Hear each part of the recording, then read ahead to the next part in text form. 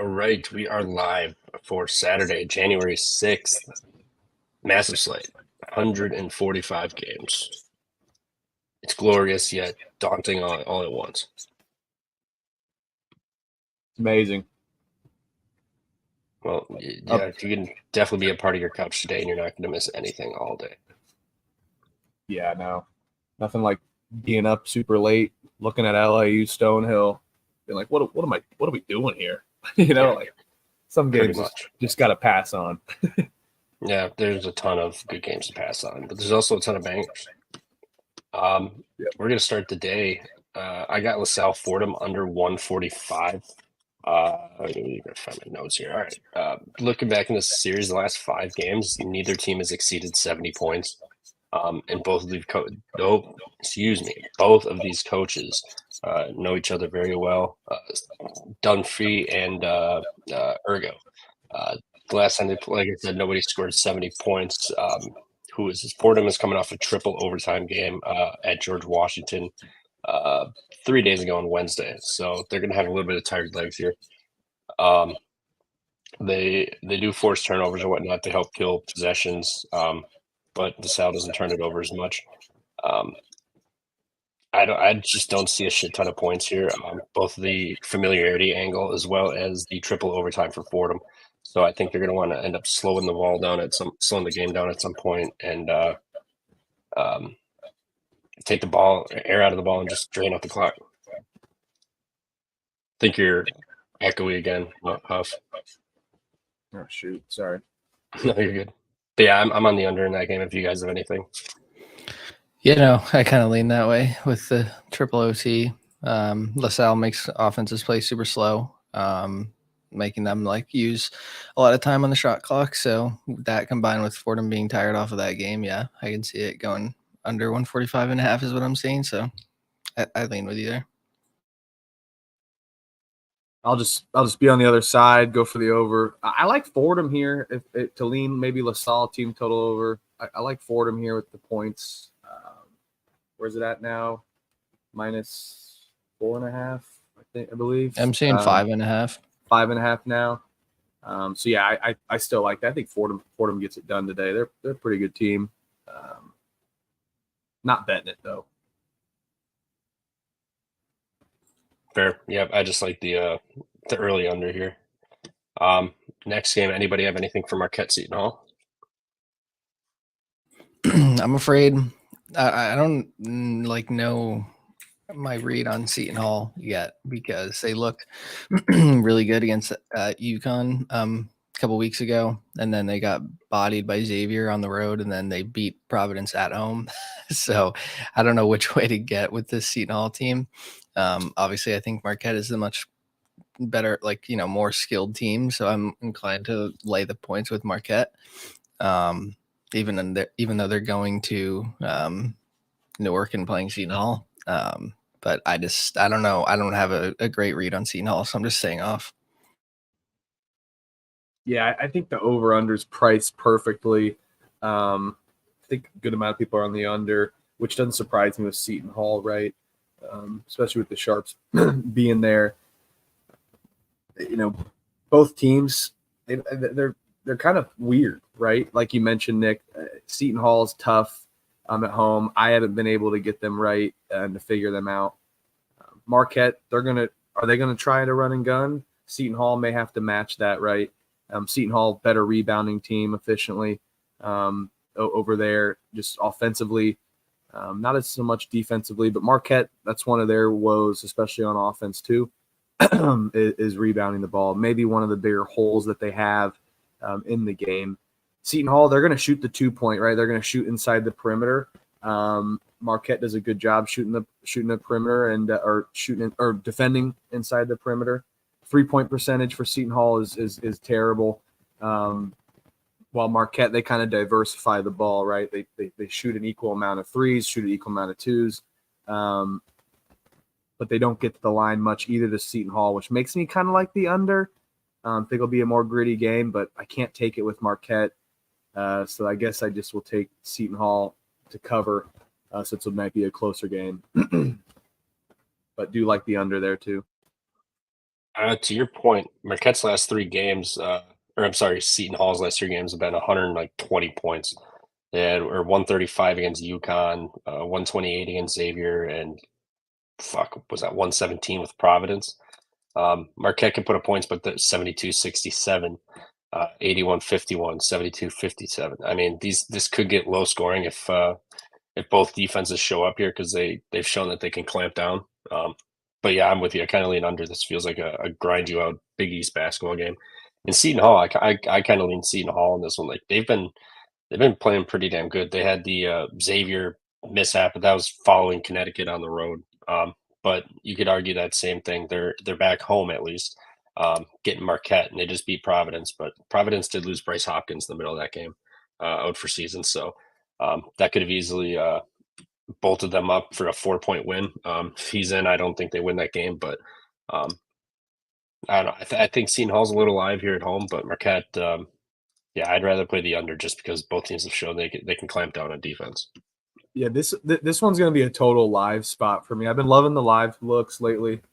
We were hot on them more so in the beginning of the year, but the last few times it's been kind of hit or miss with the live. So this is going to be a live spot for me more so than a pre-flop tip because I will be watching this game at 12 of the 8 that we have. 100%. I'm gonna have the quad box going with Apple TV. I'm gonna have the other TVs going. We're gonna have 7 games going. We're ready for a fucking day. Nick, anything on this, or we can just skedaddle on? Nope, we can move on. All right. Mississippi State's laying 3.5 at South Carolina. Over under is 134. Anybody got anything in this game, or should we just kind of go over quick and move on? Yeah, we can go over quick. Both of these teams are really good against the spread, right? South Carolina 10-3, Mississippi State, 8-5. Mississippi State's defense is stellar. It's going to be a slow-paced game. I hate to give out another under. This is the one that I could see happening. These games are gritty, right? The overs only hit in Mississippi State, South Carolina 1 out of 4 times, it looks like. Analytics kind of got it going a little bit over at 135, but kind of lean South Carolina here. Mississippi State's a good team with Smith coming back, and their defense is scary at best. But I like South Carolina and what they're doing here. They're off to their best start in how long? Win against. They've had some good quality wins as well. Mississippi State though is playing super hot lately, so I hate doing that and betting that. We'll see if Columbia's rocking, right? Because South Carolina really hasn't played a good team since Clemson, but that was a road spot. The best team they've faced otherwise is Virginia Tech, though, which scares me against Mississippi State since they've kind of played some more heavier opponents and tougher opponents, but still they haven't played anyone really good. I mean, they played Rutgers, but haven't played, they played Tulane. I guess North Texas is a good win, and Georgia Tech. So I like the under here, but I do lean the Gamecocks. Yeah, I'm with you. I think being at home catching 3.5 with a slow paced game, that's probably gonna go under. I would lean just catching the extra possession with South Carolina, who, like you said, they really haven't played anyone too crazy, minus Virginia Tech, Grand Canyon, and Clemson. It's been a while since they've played that. It's been over a month since they played Clemson, so their stats might be a bit inflated, but I think Mississippi State's defense is also very stellar. They're going to hold South Carolina to a limited amount of points, limited amount of possessions. So I lean the under, and I lean the Gamecocks with you. Yeah, I'm leaning Mississippi State here and the under at least. Mississippi State's at least playing some competition. They played Bethune-Cookman last out, but on that, Tulane, Murray State, North Texas, Rutgers, these are top 100. Okay, Murray State's 200, but these are top 100 KenPom teams. South Carolina's played nobody. Charleston Southern, Winthrop, Elon, FAMU. Last time they played a real team, they lost by 5 to Clemson. They did beat Grand Canyon on a neutral, but Mississippi State's been playing better teams. But this is the second true road game for Mississippi State. They dropped the first one to Georgia Tech by 8. So and followed it up by a home loss to Southern 60-59. So this is a team that can also just go dry offensively, and that can really screw them. So under more than a side in this game. I'm with you guys. Let's do the under. Bang it. Might have to lock it now. I'm adding it in the slip. We'll see if I fire on it. We'll see. I refuse to bet any more unders ever. Yeah, dude. They Yeah, don't call him Nicky Unders. I'm actually defeated on unders this season so far. Defeated. they're Literally never not a can't win sweat. one. They're never not a sweat. It could be 30 points in 7 minutes, or in 5 minutes that you need. But then if it's a close game, they're gonna foul, and it's That- fun. That Drexel under I took the other day wasn't a sweat. They had fucking 8,000 points in the first half. The game was so dead. I think I had like Yeah, I bet- under 139.5. There was like 89 in the first half. It was literally over was in cooked, yeah. 5 seconds. That's the worst. Yeah, I've been there plenty of times since you guys know I like taking unders since I'm a sadist. But yeah, we can move on from Mississippi State, from Starkville versus Columbia. All right, we'll keep it over in the South. We'll go North Carolina's at catching 3.5 at Clemson. Over under is 158.5. This did open up at -1, so it's moved up and it's set at 3.5 now. At this number, I'd be inclined to play North Carolina just because you're getting the hook with a possession here. North Carolina, a third of their opponents' 3 points come from 3, and Clemson gets about 35.5% of their points from 3. So if Clemson's hitting the 3 ball, they're just gonna keep scoring all game. Clemson does not get to the free throw line much, 295th in the country. They're allowing 20 free throw attempts, which is 200th in the country. North Carolina gets there 26 times a game, which is 9th, and they're only allowing 16.5 trips or shot attempts, which is 69th in the country. Clemson has kind of struggled with fast-paced teams here, and Harrison Ingram, I believe that I might be thinking of the wrong guy here, but Ingram on North Carolina, I think he can really have a huge play in the or say in the game today. Clemson's living and dying with the 3 ball, so if they're falling, I think they're gonna have a really good chance of getting this done and covering this 3.5. But if they're not, I think North Carolina's gonna get to the line too much and keep this game close. Yeah, I'm taking Clemson. Shout out Birdman, his model. I mean, it is a good model, but I would like them better if Clemson was unranked. But first time here, I think they can get it done. I'm not afraid to take the points here, not on the spread, but take the total here and take the over. Finally giving out an over. I think 159 will definitely be sweaty, of course, but if you like someone getting 80, I would lean maybe the Clemson team total over. If you lean North Carolina, take the opposite. One of these teams are going to score 80, just seeing how they play. But I did see a stat last night that this game is notoriously gone over. North Carolina team total is also pretty good on the road, actually, and first half team total. I think a good play here also maybe is a first half team total. Someone's going to score 40 in this game, first half. Yeah, last year this went over this number that we have for the total. It went over by a couple points. I think it was 91-71 to North Carolina. Or sorry, to North Carolina. They beat Clemson by 20 points. Relatively a couple of the same guys coming back for both teams. So we'll see how that goes. That game was also at North Carolina. This one's at Clemson, but I do kind of lean the over as well. I don't think I can take a side here. I think both these teams are very, very good. And North Carolina is a very up-tempo team on offense, but their defense is slowing teams down. Like 316th in the country in terms of how fast teams are getting their shots off against North Carolina's defense. Clemson's not a slow team by any means, and they're, like Trev said, they can make the threes. They kind of live or die with them. They're a good 3-point shooting team. North Carolina's giving up a lot from 3. So if those shots are falling, I can see this over just going, way, way over. Especially, I think it's going to be a close game down the stretch, so we could definitely get some late fouls, which can just give us that extra bump to get over. So I do lean the over. I haven't bet it, but it's definitely something that I'm looking at. But in terms of spread, I don't know. I would kind of lean Clemson just being at home. But North Carolina has been, pretty impressive with some of these wins, over Arkansas, Tennessee, Oklahoma, and even Pitt. Being at Pitt especially is a good win. I think Pitt's a decent team. So I don't know. I'm afraid to fade UNC, but I do like Clemson a bit. I will argue your Pitt point just a little bit. Pitt went 5 of 29 from 3-point land. Yeah, I mean, mean, they definitely played like shit, but Yeah.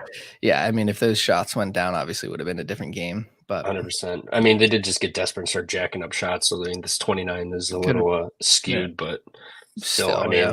17% is not gonna get it done. I mean, even if it was what, like 22%, if they made like 2 or 3 more, it would have been, you know, Like a obviously a bit point game closer. roughly. Yeah. Right.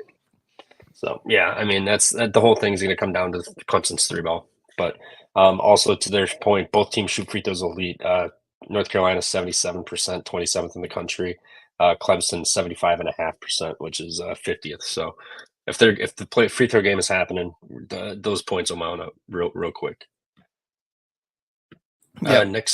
Next game here we got Kentucky at Florida. Over unders 167. I see 168 now. The only thing I'm really seeing in this one, I think Florida is the play. I'm sorry, North Carolina. No, what am I talking about? Kentucky. Holy shit. I think Kentucky's the play here. Florida, yeah, everyone loves Florida. They've been all right. I mean, congratulations on beating a Juwan Howard Michigan team. Took double overtime to do it. They lost to Wake Forest on the road, but they lost by 11. A neutral, they lost by 4 to Baylor, and then they did lose to Virginia by 3 on a neutral. Kentucky, they beat North Carolina on a neutral. They hung with Kansas. They had Kansas on the ropes there early in the season too. They couldn't quite close it down late, but a huge Miami road win by fucking 22 points. I think this is going to be a big game for Kentucky. The problem is that majority freshmen and sophomores versus sophomores and juniors for Florida. So it's kind of going to be where it is. If anything, I kind of lean Kentucky first half just so you avoid that late game situation where Florida's probably going to be getting some whistles and whatnot, and kind of just pushing this spread around. It's going to get sweaty. I think Florida or Kentucky can come out here and play a strong first half and force Florida to kind of punch back here. So I would lean first half, but this is another one where the number's just gotten a little too big. At this number, I would back Kentucky with the 3.5. If it got to 3 or under, I would take Florida. Just by a bucket at home. Oh, and over. I lean over. I like Florida here for sure. Just one of these spots. I know Kentucky's a really good team. Love watching them. Hate betting against them too. Not afraid of points taking a total here either. I know how high it is. I might be higher, but I think this game might be 94-90. You know, I think there's a team total spot here in this game as well to take the over. Kentucky, Florida, they run quick. I will say that they are pretty good defensively teams, which makes me kind of scared for that. I don't know if this is a live spot. I need my guy Nick, who's the over sharp man, to maybe talk me into this, or just maybe wait to live bet it. But what if it starts out it's 20-18 at the 14-minute mark? In the first half, I definitely could see that happening. I do lean Florida here. That this might make my card. Just taking Florida today. Yeah, I got a bad number with Kentucky plus 2.5. I thought I don't know. I thought it would stay at that number. Honestly, I didn't see it going up another point, but I guess it makes sense Florida being at home, and they've been really good. These in this stretch, obviously they haven't really played anyone minus that Michigan game that went to double OT, which is still a good win for them. But other than that, they haven't really played anyone in the last month. Whereas Kentucky's, they've had a couple tests like North Carolina. They obviously dropped that Wilmington game, but I think that was just a fluke type of game for them. I think, like Trev said, obviously younger guys, but that's something that Cal's used to. He's not, unfamiliar with coaching these 18-year-old kids.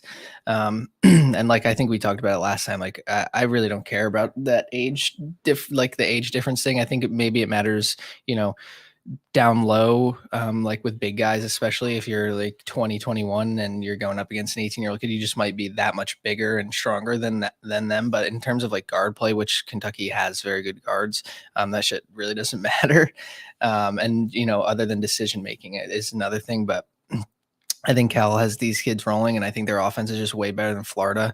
I I've seen this Florida team. Obviously, they run up the score and they play fast as hell, and they can obviously get buckets. But I've seen them also just have hella like scoring droughts, especially like in that Virginia game, that Florida State game.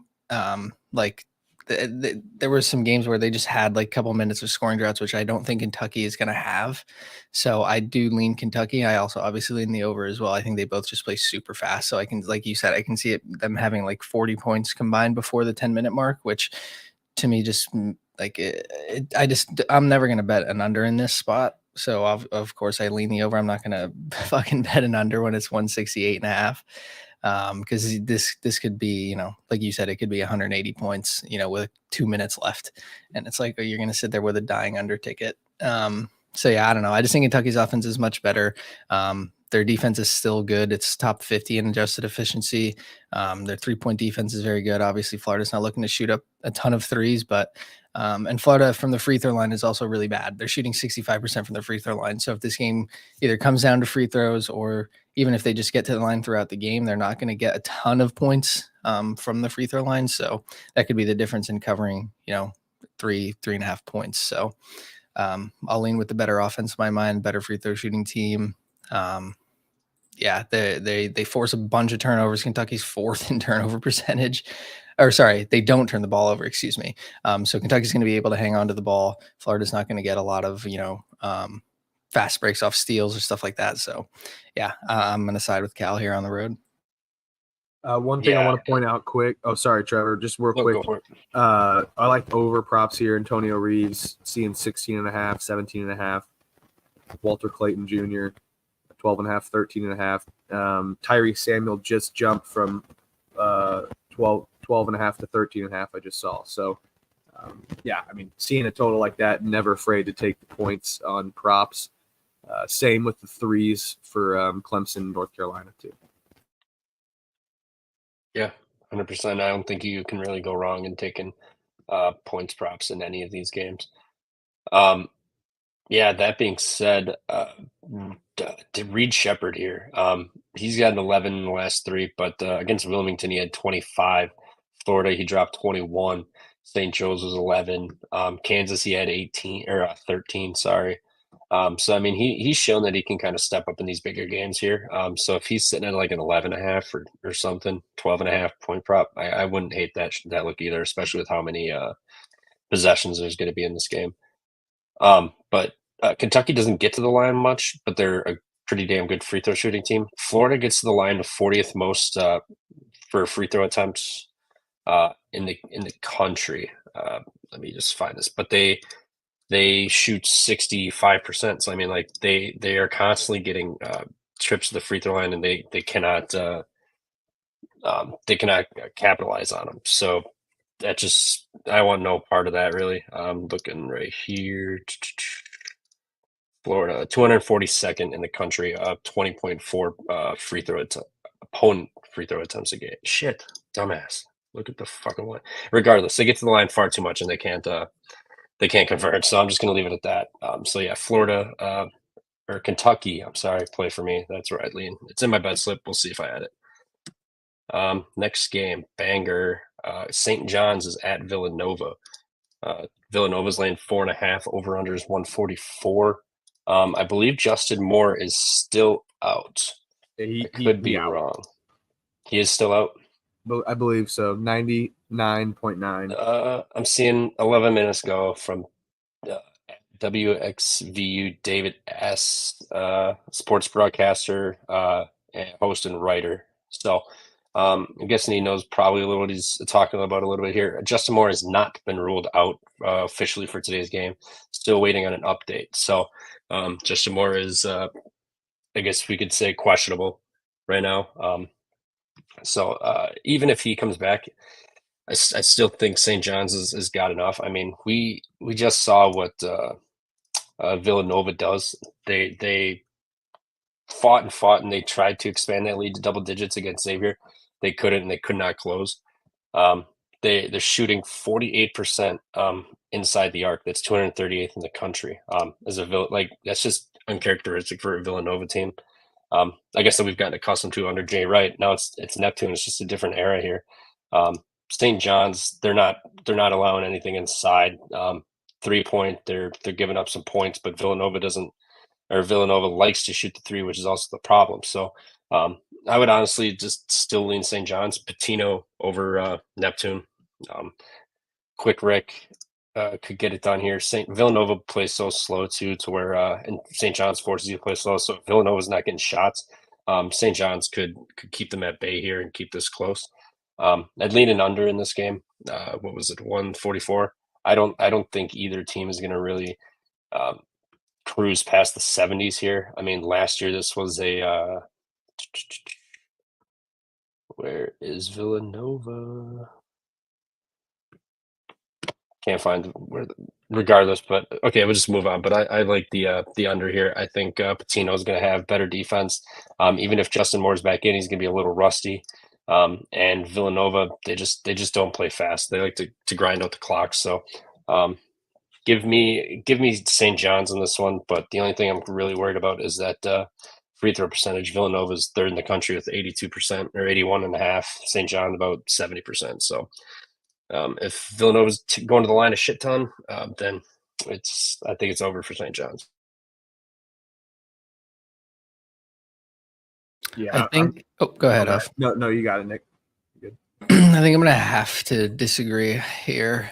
I think I actually like Villanova in the spot. I think last time we talked about them, their 3-point shooting percentage was like their killer. But I think last time we talked about them, it was a couple percentage points worse than it was now. It's up to 33.5. So they're, maybe water kind of finding its level here is how bad they started. And like you said, the free throw percentage are third in the country. Obviously, Villanova is always like that. But their defense is very good as well. Their interior defense, where I know St. John's likes to feed Soriano, I think his name is, down low like all the time. That guy he's a monster, honestly. But Villanova's interior defense is very good. They're going to slow St. John's down, who likes to push the pace on offense.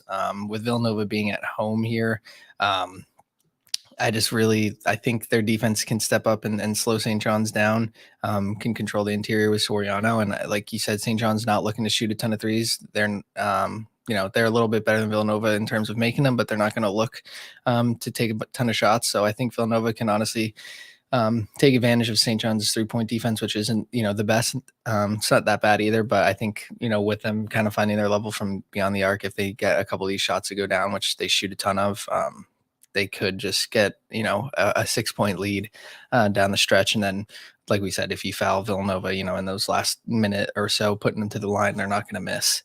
So I like them to sustain a 2-possession or more lead. So I would lean Nova. Yeah, I'm with you on Nova. I also like, although I think Eric Dixon and Joel Soriano is going to be one of the sleepiest matchups, I think taking Dixon and Soriano rebounds are worth it. 10 plus for Joel. I see 6.5 for Eric. They're gonna fight down low. It's gonna be a battle. Can't wait to watch that. And Mick Cronin, Eric Dixon is actually very good at rebounding. So read your analytics. Yeah, I can't really argue there. I don't know if I want to sweat out a rebound play today, but Soriano 12, 4, 11, 14, 10, 11, 13. If you're getting 10.5, or if it's out at 9.5 for some reason, yeah, I would play that then too, because this guy, I'm not afraid to who touch juice on 10 plus minus 130. I don't care. He's at 10.5 plus 115. Right. That's a weird little. What the hell? jump. What did he do last year in this game? He's very solid. He's a good piece for this team. I think he's been there like you're looking up. I think he's been there for a minute or two, but Soriano had 13 last year in this game. At Villanova too. Yeah, Villanova though can rebound the ball pretty good. Oh, 100%. That's the only thing that I think that's why it's not. But 10.5 is probably right. That's another thing. Like St. John's feasts on offensive boards. They're third in the country in getting offensive rebounds, but Villanova is 24th in limiting those offensive boards for the opponents. So it's going to be a rebound. They're going to be battling down low for those boards. So I think, yeah. So I see 253rd in the country. KenPom's got 31.8, 253 for defensive rebounds for Nova. Or that's St. John's defense. I clicked the wrong. I'm stupid. My bad. It's No, St. you're good. Correct. Yeah. You're correct. So St. John's is getting their own, but then they're allowing the other team to also, get some as well. Where Villanova, isn't getting that many of their offensive boards, but limiting the opponent to getting theirs. So I think St. John's offensive board numbers will be lower against Nova than other teams this season, just because their interior defense is very good. Yeah, but then you got Soriano, 19th in the country in offensive rebound percentage, 120th in defensive rebound, and then Eric Dixon matches that in the top 500. But there's a lot of players in college basketball, so that's pretty good. 264th offensive rebounding percentage for a 6'8" guy against a 6'11" dude. Not saying that height matters here; they're both big bodies, so that's a weird spot that I found, but I can't wait to watch that spot. I mean, it's like TJD versus Edie last year, on a lesser extent, but it's one of those matchups. Yeah, I do think for sure if you have props like taking Soriano's rebounds, if you have 10.5 at plus money, like I mean, might as well just put a half a unit on it. That's where he feasts. So Yeah, this just for me, this game went down to 3.5 just now, so it dropped a full point. Didn't even stop at 4. So yeah, I would still personally lean Villanova or St. John's here because you're getting that hook. These are two kind of fairly even matched teams. So yeah, I'm actually probably going to throw a half unit on that Soriano rebound right now.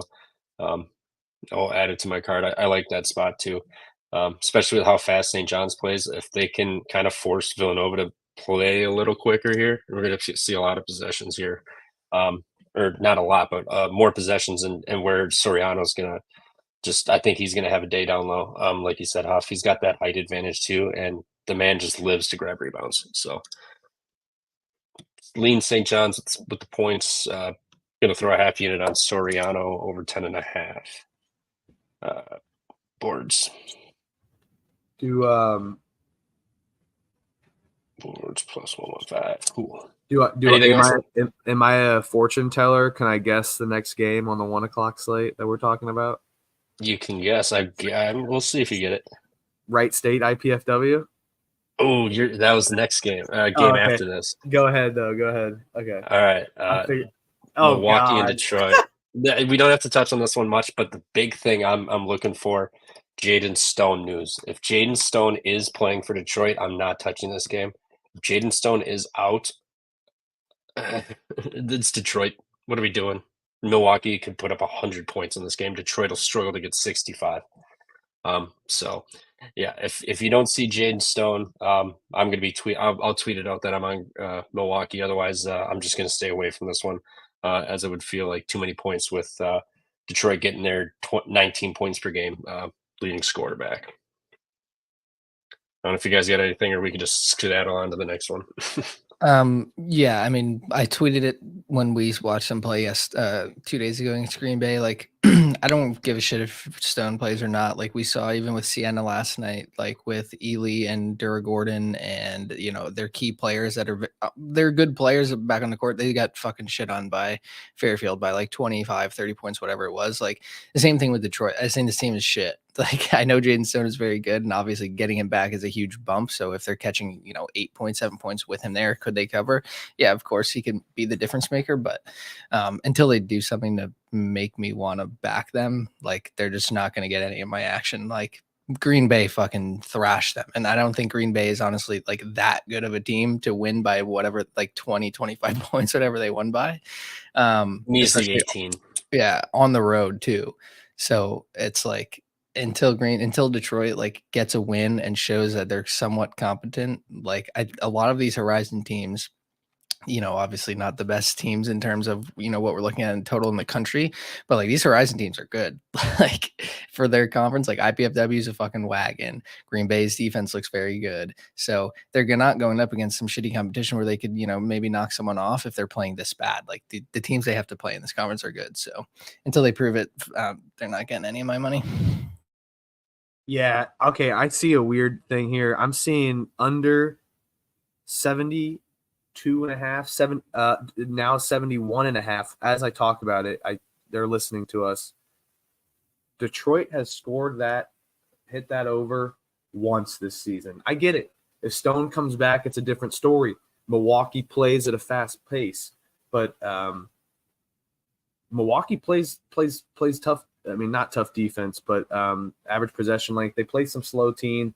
Detroit is a slow team. Obviously terrible without Jaden Stone. So I do like the look. I ain't touching Detroit, but that team total is interesting, especially if Stone goes out. I don't see them scoring in the 70s. They've done it once against Eastern Michigan, scoring 72. Outside of that, 50. They're riding in the 50s, and their high scoring games are like 69, 63, 66. So. Yeah, if I was an unders, I would definitely be looking at that because, like you said, they hit it once against Eastern Michigan, and while Milwaukee's defense isn't stellar, like their 3-point defense is really bad. But no, like you said, they force teams to play. They're taking 18 seconds off the shot clock on defense. Or sorry, the other teams are taking 18 seconds off the clock before they get a shot up on offense. And Detroit plays super slow on offense. They're taking 18 seconds themselves. So right there, you're draining almost 20 seconds per possession when Detroit has the ball. And with an effective field goal percentage of 43, their adjusted efficiency on offense is 354th in the country. They are 25% from three. Like they just can't score. So while Milwaukee's defense isn't that good, even if Detroit gets some shots to fall, there's just not going to be a lot of possessions. Yeah, I like it. Yeah, 100%. That would be where I would play too. It's a good look, Huff. But I mean, I think regardless, playing Detroit's team total under or the Milwaukee spread, you can't really go wrong in this one. Yeah, I'm with you there. It's either if I like that spot, I might as well take the spread as well. But it'll probably just be an ad for me, not my original. Fair. All right, let's move on from this Horizon League for another Horizon League game. Wright State's at IPFW laying 2 points. If you guys have been following us or talked to us, we love Fort Wayne. Mastodons are a wagon. Love this team at home. Wright State, this is a team that yes, they just drummed Cleveland State by 12 at home. I think we kind of called that one a little bit because they're finally at home. But their last two road games, Green Bay, Milwaukee, they collapsed so hard in the second half they could not close the game. Now you're going to head to play Fort Wayne, who's going to be the best competition you've seen since all the way back Hofstra or IU, beginning of the season in November.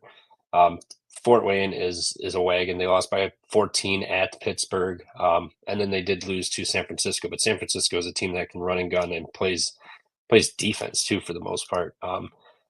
San Diego, what am I talking about here? Wright State does not. 354th effective field goal defense in the country. 57% they're allowing. 37.5% from three. They're allowing 58% inside the arc here. And Fort Wayne, 52% inside the arc, 37% from three. They're getting a lot of their points from three. And if Wright State's not defending it, Bellows going to go off. Trey Calvin's going to have a game here. I like IPFW here. I don't care that the line kind of smells a little bit. 2 with IPFW is the only way I'd be playing this game. Yep, I'm with you. I got bad numbers on both of my plays in this game. I have PFW -2.5 and their team total over 82.5. I think they've both dropped a point. So you can grab the team total at 81.5 and the spread at 1.5 now. But I think the only reason that the spread is that close is because Wright State's offense is very good and they play just as fast as IPFW. So they're going to be able to score. But like you said, I mean, Wright State's defense is horrific. They're 333rd in efficiency, like you said, allowing 57% effective field goal, 340th, like bottom 340 in 2-point and 3-point defense, where IPFW is shooting a lot of threes a game. I think they're averaging like 27 or so threes a game. And they're shooting at 37% as a team. Their 3-point defense is very good. IPFW forces turnovers on defense. So I really lean with the better offensive team here, the better defensive team at home. It's a short spread. Like they only have to win by a possession, no matter what number you got.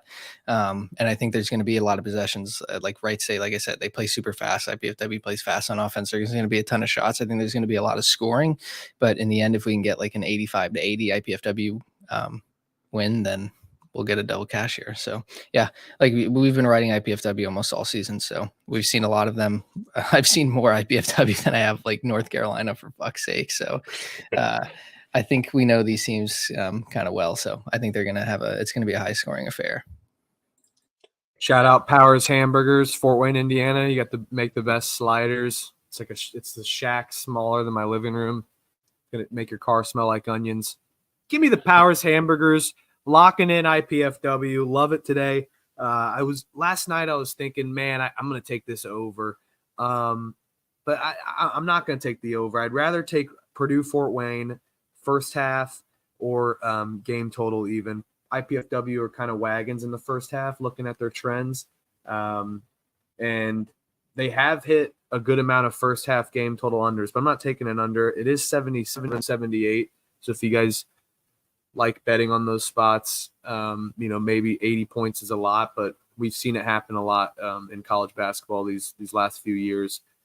As first half unders are a fun play, but they've kind of shifted, right? And the pace of play has just jolted up over the last couple of years. Not afraid of IPFW here today. Ken Palm's got it 86 to 80. That would hit the over. But I think I'd rather just take Fort Wayne, continue our wagons. I don't care if Wright State can rebound better. IPFW, their defense is a good core, especially around the perimeter. Fouling, they don't do much of. Either does Wright State, so that makes me kind of wanted to stay off the over, and just hope for the best with IPFW and continue their wagons. Wright State coming off some big wins, or coming off a big win against Cleveland State. They're not as good on the road. 3 road games in a row against Robert Morris. They can win that game, and then Youngstown State, another terrible matchup for them. So they got to figure it out. Wright State's got some hoopers, so it definitely. With Calvin and Holden. But man, so does Purdue Fort Wayne. Give me PFW. Give me the Powers Hamburgers. Yep, that's the only concern for me is the 69% free throws and then the lack of rebounding for Fort Wayne. But Wright State, just horrible. The one advantage for Fort Wayne also, well, another advantage is they can force a shit ton of turnovers. 5th in the country. 24% of defensive possessions are end in turnovers. And they're 21st in the country at 13% of those are steals. Wright State, 221st in the country on offense and giving the ball away via steal at 10% of possessions. So I think we're going to see some turnovers here. It's going to matter down the stretch, and then it's just a matter of Fort Wayne making probably some crucial free throws to expand that lead, not let Wright State in late, down 3-4, give them a chance. So IPFW sounds like for the squad here.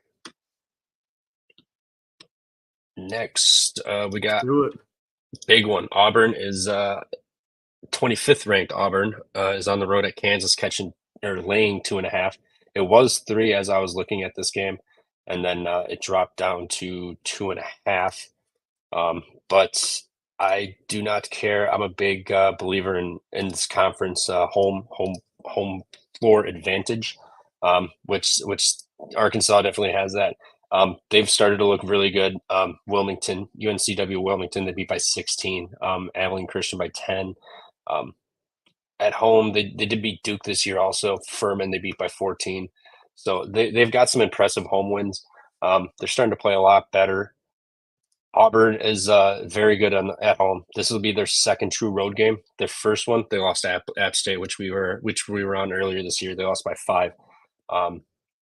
Auburn, their free throws attempted and field goals allowed on defense, they're allowing a lot of free throws.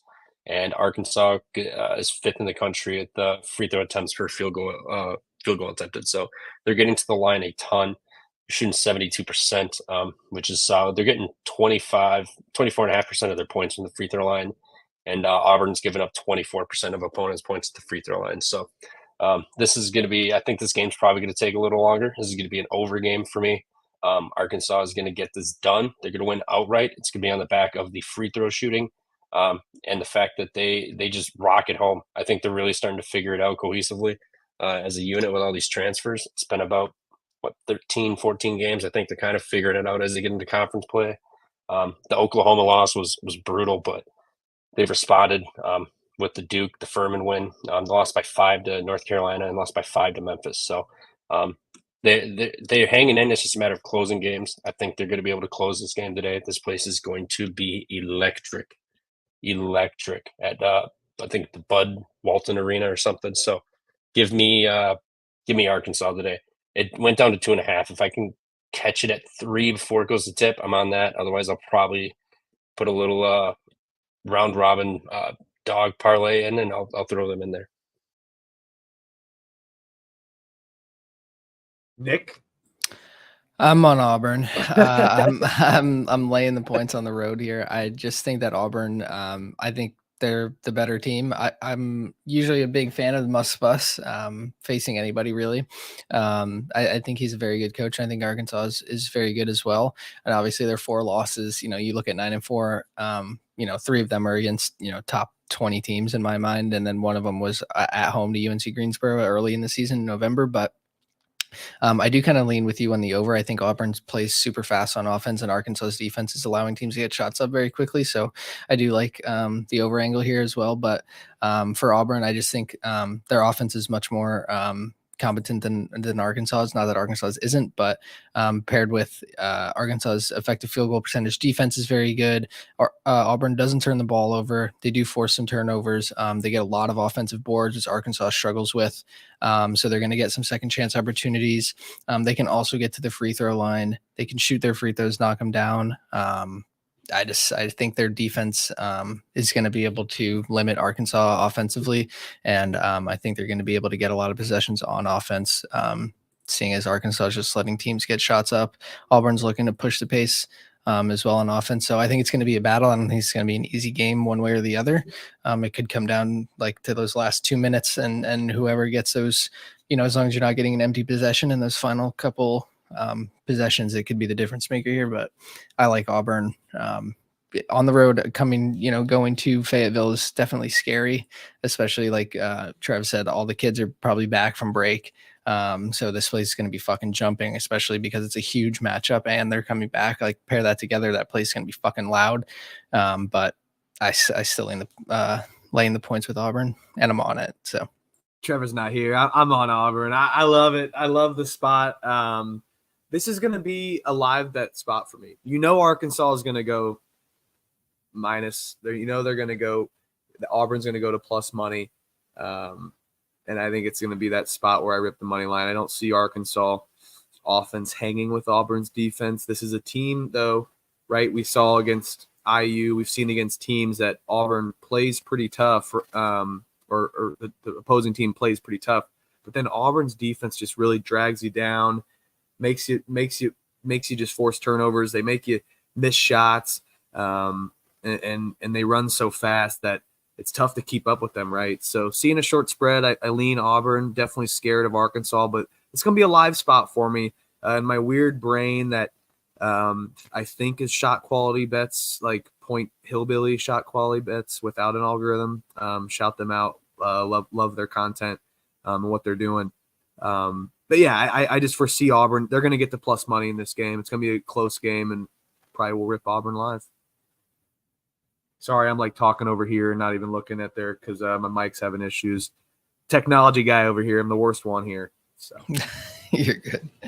Yeah, I think it's definitely like if Arkansas shoots out to, a decent lead, like taking Auburn live is definitely a play as well if you're afraid to take it pregame or anything like that. So yeah, I just see, I don't know, like I'm not afraid of it. Like Auburn, I can see it happening. I've seen it too many times, and I know that Arkansas is going to be up like by 4 or 5, and the algorithm live is on these books are just going to take it down to even money, or Auburn like plus 110, 100. Yeah. So you can try and get a better number, better odds, or whatever on Auburn. Yeah, it's a total gamble, right? It's a gamble inside of a gamble doing that. But with all the games on the board and what I have already on the slate, I've added that to my live spot. Yep.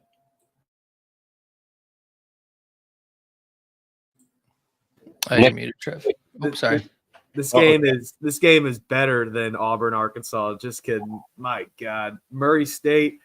I'm going to take over for Trev here. Murray State catching 1.5 against Evansville Purple Aces. 3-hour drive. Although Indiana is a small state, it still is a 3-hour drive from where I am. Evansville is not considered Indiana, but give me Evansville money line. I love it. Love it. Enough said. Murray State, they stink. Murray State stinks this year. I know Murray State is a public mid-major team, right? They're known. I mean, the Murray State buzzer beater shot is in my Twitter banner right now against Vanderbilt when we were young kids. Murray's defense, I see a lot of red here. Effective field goal percentage, 337th on defense, 3-point 300, 323rd, defending the 2 points. And guess what Evansville does great? They shoot the ball well, but they also actually play pretty good defense.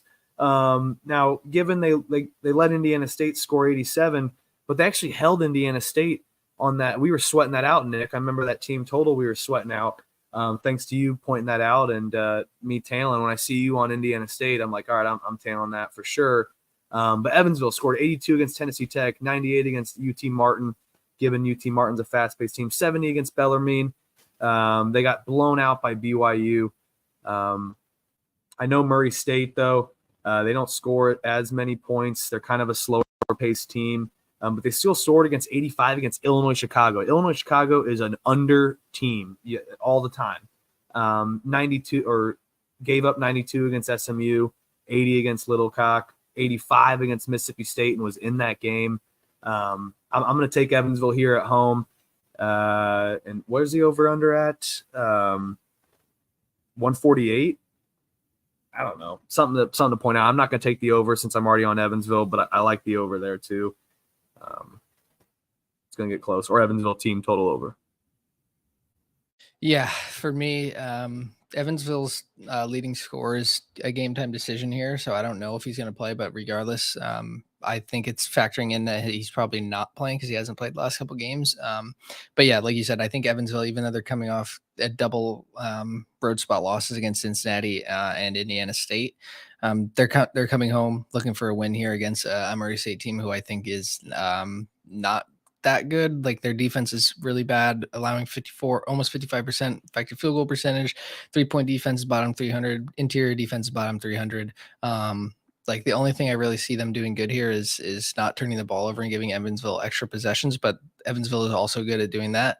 We're not going to see a lot of offensive boards for either team, so there's not going to be a lot of second chance opportunities across the board. As both of them are like bottom 250 in getting them, but top 50 in defending against them. But Evansville's offense is just, I think, in my opinion, is much better. They know how to score, like Trev said, or sorry, like Huff said, like UT Martin, Tennessee Tech, they're putting up 82, 98 points.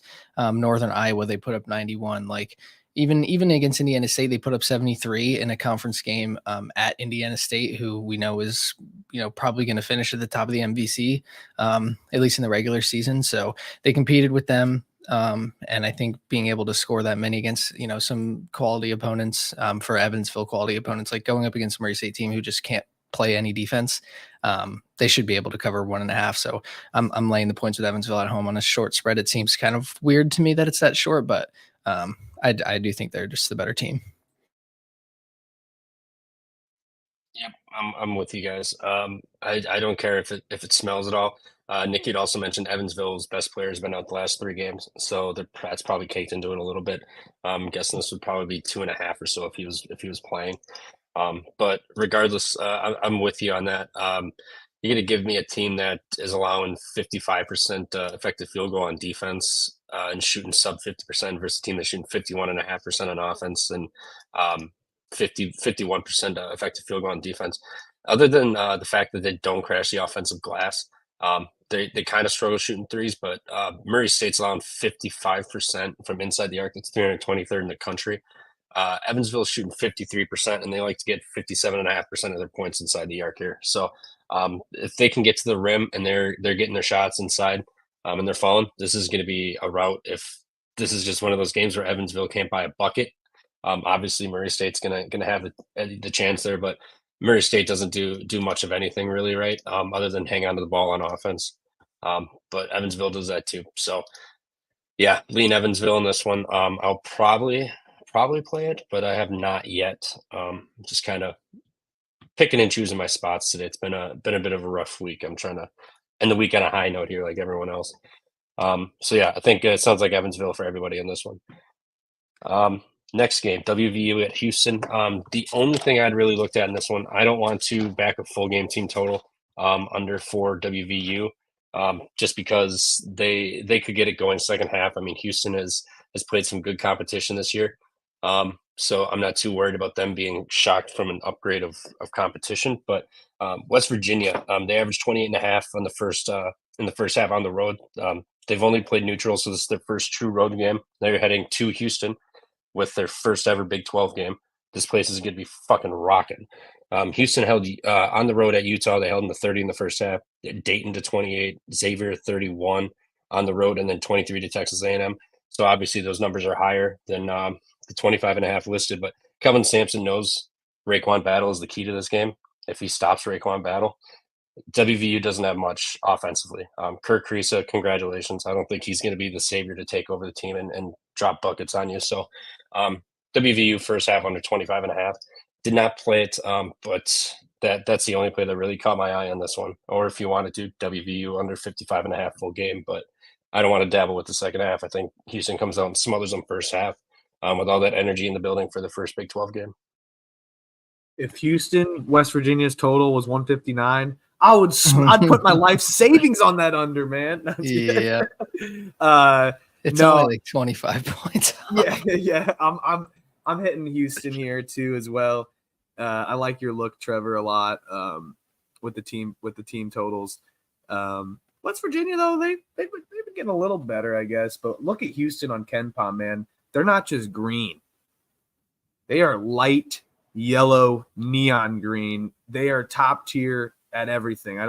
Other than free throws allowed and attempted on defense. That is the only thing that they're pretty bad at. They extend the possession on defense. They extend the possession on offense.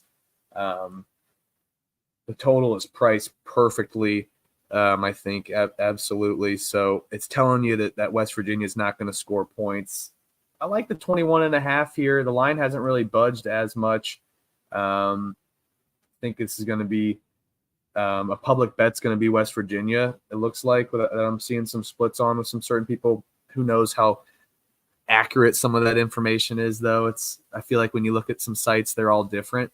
But from the two that I'm looking at, West Virginia looks pretty public today, but the line's still moving in Houston's favor. Houston could win by 25 here for sure. Yeah, I think if there's one team with like the conference realignment that's not going to struggle with the competition that they have to play against moving into a bigger conference is Houston, especially with the games that they've scheduled early on in the season. Like they've played Utah, Dayton, Xavier, Texas A&M. Like they're going to be a little bit battle tested going into these Big 12 competitions. And West Virginia is an easy one to have. Starting off with, especially being at home. I have no play in this game. I think that spread is very big. And if Raekwon Battle, I don't think Houston's going to be able to stop Raekwon Battle, but if they can just limit him to, not 28 points or whatever he's averaging, through 3 or 4 games, if they can limit him to even 18, 19, like that's going to be the difference in this spread. But I'm not going to fade Houston. And again, I ban unders on my card, but this would be the spot. Like Huff said, like Houston in defensive categories are first in 7 categories. Like teams just don't score against them. So I don't see why West Virginia would be any different than a team like Utah or Dayton or Xavier or any of these other teams that they've played. So I would lean Houston and lean the under, but no plays here at all. Yeah, and Jesse Edwards got his cast off on his hand, right wrist yesterday. So it's still, hopefully everything is smooth sailing and we can have him back in a couple weeks, Eilert said. So you don't have to worry about Edwards down low at all. So I think this is this might be a murder on national television here. So I added WVU 25.5 first half under to my slip, but haven't bet it yet. But that one's pretty damn close to making the card. I mean, I think Houston just smothers them today. Next game, Nick, your boys, Miami is catching 4.5 at the time of that at Wake Forest. Over is still 159.5, and it's still 4.5. Take it away. What do you got for your Miami squad? Yep, I again got a bad number on this. Not too bad, but I took the over here at 160.5. I know that Pack was questionable for their last game against Clemson, but he ended up playing, and Poplar didn't play. I think that's the same situation we're getting again today with Pack definitely confirmed in, but Poplar is questionable. But Wake Forest loves to shoot the ball. They love getting up 3-pointers. They score a bunch. We saw that versus Boston College and Virginia Tech in their last two, ACC games.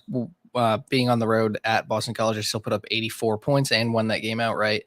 And then at home, they put up 86 on Virginia Tech. So the team is not afraid to shoot the ball. They're not afraid to score. If they can get the ball down low again, like we know Miami struggles with size.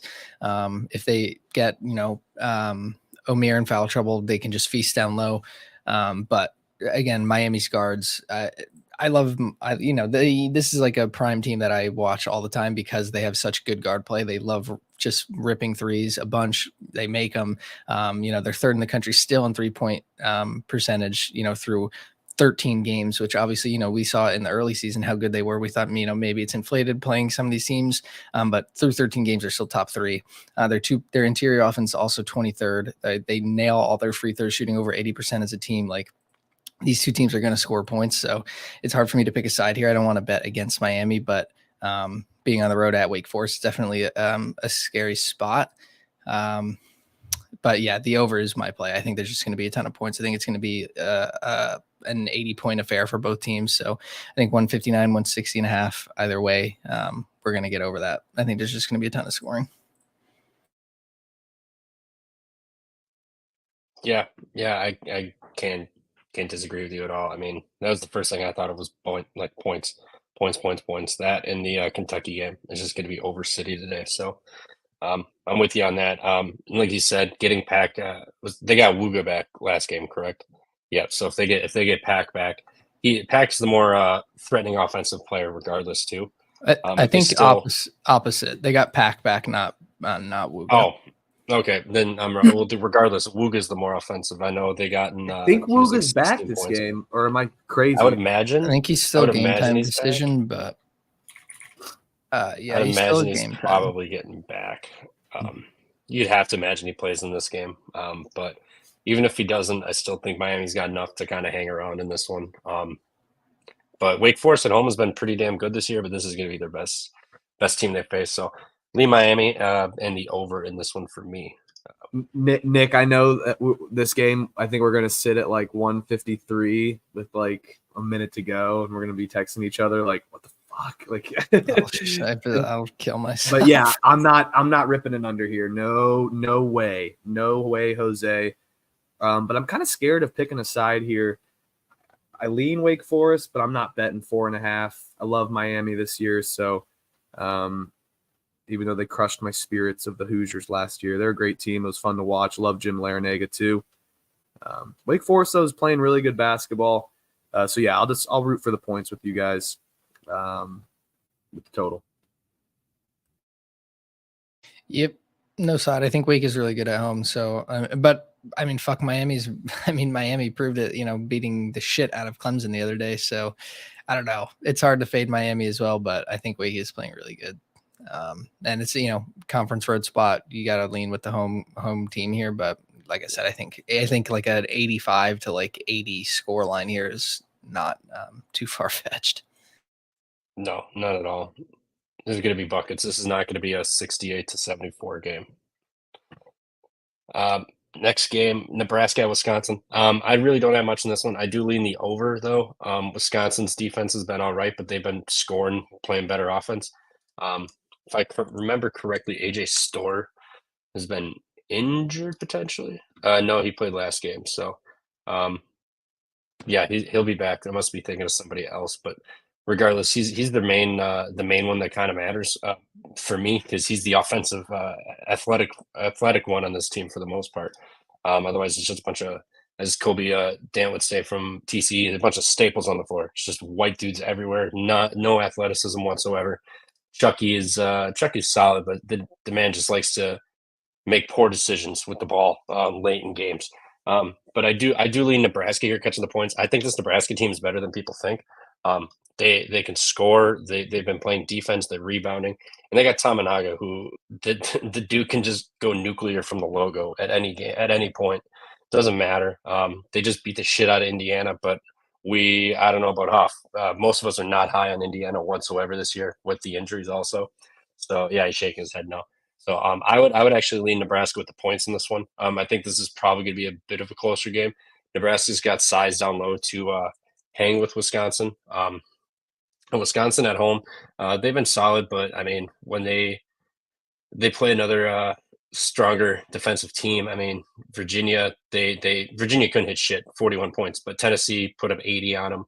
I'm not saying Nebraska's as good as Tennessee, but Nebraska can score the ball too here. So give me Nebraska with the points. Not really a strong feel in this one. I think it's anything. It'll probably be an under, Big Ten under, but I think Nebraska keeps this one close. Yeah, I got nothing. Dude, yeah. These teams are ready to storm the Capitol. I mean, it's unbelievable. This game is going to be electric. Bring your tiki torches for this one. God, I hate picking Wisconsin. I think Nebraska's coming off a huge win. They're trying to prove their point. I'm with you, Trev, but I guess I'd lay it with Wisconsin and on the lean. But yeah, I don't love this game at all, to be honest. But I will watch it. It's gonna be a great game. Yeah, it'll make the TV, but it's nothing to write home about. Nebraska will be close all game, though. But like Wisconsin did with Iowa, right? That was a close game for most of the time, and then Wisconsin pulls away at the end, right? Their basketball kind of suffocates you almost. So Nebraska just control the pace. Iowa's just an ugly team overall. Their offense isn't what it used to be. Well, I mean, they're beating the shit out of the bad bye game teams like they always do, but it just doesn't feel like the classic Iowa team where you're actually afraid of that offense the entire game, where it's like, okay, at any point this team can go nuclear. It doesn't really feel like that, and their defense is pitiful. So I'm not going to really take too much away from that Iowa game, other than the fact that Wisconsin put up 83. If this game gets to where people are making shots and it's just back and forth, this game is going to have both teams are going to score 75 plus, and it's going to go over. But I think this is going to come back more reality of a Big Ten game where it's going to be slower paced and grind you out. Next, Big 12. Baylor's hitting the road, laying 4.5 at Oklahoma State. Over unders 148.5. This I sent this guys to you yesterday when I started seeing some lines populate. I liked Oklahoma State even with the 2.5 there.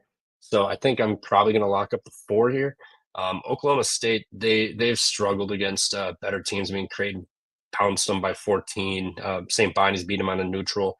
They even lost the game to Abilene Christian at home. But this Baylor team, man, they can get cold and cold fast. I watched them against Cornell. They put up 98 points, but this team had 58 in the first half, and they went 6-7 minutes without scoring at their own home gym. Granted, this was a new gym. So I was a little worried that maybe the sights and whatnot would be off and they'd be cold, but they put up 58 in the first half. Like that, nothing bothered them, but they just got cold in the second half. So I think you're going to get a Big 10 game or a Big 12 game where Oklahoma State does not want to run and gun with you. They know they will not hang with you. They're going to try to grind you out on defense.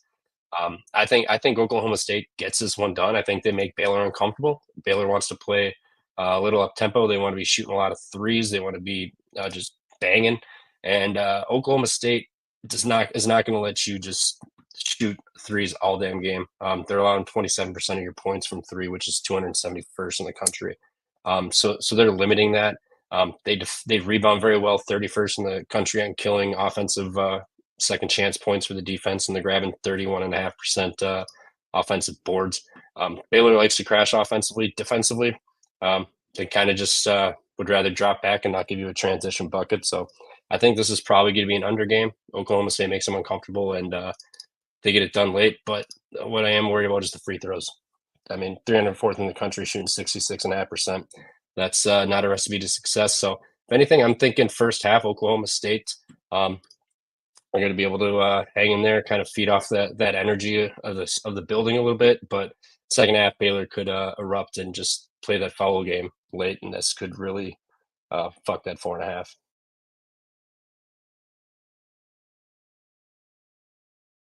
Yeah, this is. Oh, Huff, you're muted. No, yeah, no, you got it. I hate to disagree again, but I think I do. I think I'm a fucking SpongeBob SquarePants with these games. I think Baylor's offense is just so fucking good, and I know you, like you said, they have some droughts in some of these games. Like especially we saw a very prominently seen in that Michigan State game where they just like literally couldn't do a fucking thing, and Michigan State just bodied them. But in turn, like you said, they had that scoring drought against Cornell. They still put up 98 points. So even if they have like a 3-4 minute scoring drought, they're able to just get back in those other minutes. With the minutes that they have left, like they're first in effective field goal percentage, third in adjusted efficiency on offense, first in 3-point offense, and like you said, Oklahoma State's 3-point defense is very good. Allowing only 27.5% of teams' points coming from there, where the national average is 30%. But you look at Oklahoma State, they're relying on the three as well. They're 39% of their point distribution is coming from three, and Baylor is still better at defending the three than Oklahoma State, only allowing 24.5% of teams' points coming from three. So they're going to be able to limit Oklahoma State's main focus on scoring as well. Obviously, Oklahoma State's going to be able to hit some of these shots. It's not like they're going to shut them out by any means, but their 3-point defense is also very good. And like you said, the free throw percentage is definitely something that you have to look at when it's a short spread like 4.5. Like shooting 66% from the free throw line is definitely something that you don't like to see. Especially with a dog, like if they're down 2 points at the end and they're having to foul Baylor, and then they're putting a very good free throw percentage team at the line. I mean, even if they're up at the end and Baylor has to foul them to get extra time for possessions, and they're only going to make 1 of 2 or 0 for 2 or whatever, like that's a sweat that we live for. Betting on the sport, but fuck, that shit sucks when you just die at the line. But yeah, I don't know. I kind of lean Baylor with the points. I honestly, it might be an over game too. Like both of these teams are looking to shoot a bunch of threes. And like we said, their 3-point defense is good, but they're still going to chuck up a bunch. Like Oklahoma State, they're going to shoot a lot of threes. A lot of their, field goals are going to be from beyond the arc. So like I said, Baylor's going to be able to limit it a bit, but not going to be able to fully stop it. So I don't know. I lean Baylor in the over. Yeah, you said it best, Nick. I don't need to add anything about Baylor. I that's what I was going to add with the 4.5. I lean the over as well here. Oklahoma State, though, they do play Baylor pretty tough notoriously, but I don't care.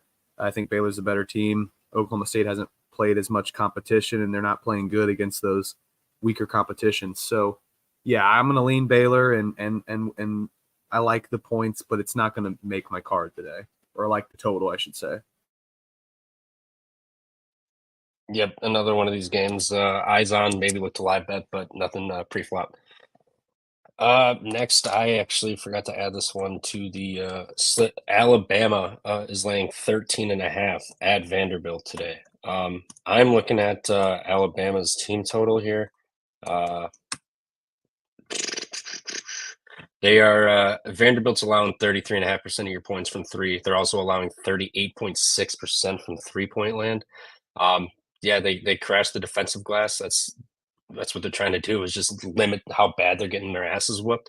Offensively, they don't care to crash the glass. 20.5% to 11th in the country. They're shooting 46.3%. Their defense is allowing 51%. Alabama, they get 33% of their points from three. That's 37%. Inside, they don't really care to bang. They're 353rd in the country scoring inside the arc. So that's where this game's gonna be won and lost. Is if Alabama isn't making threes, Vanderbilt's live as fuck in this game, in my opinion, just because Alabama struggles inside so much. But Nashville, Vanderbilt is also doing decently, not following teams, but they can still rack them up and send you to the line. And Alabama, 77.9%. So if they get to the line 43rd most offensively in the country. So, I mean, if they're driving at least and forcing Vanderbilt to crash and, just dumbass fouling, I think Alabama's going to put up 100. Last year, they put up 101. They won by like 60. You could say, oh, it's a revenge for Vanderbilt. It's fucking Vanderbilt. They do not care.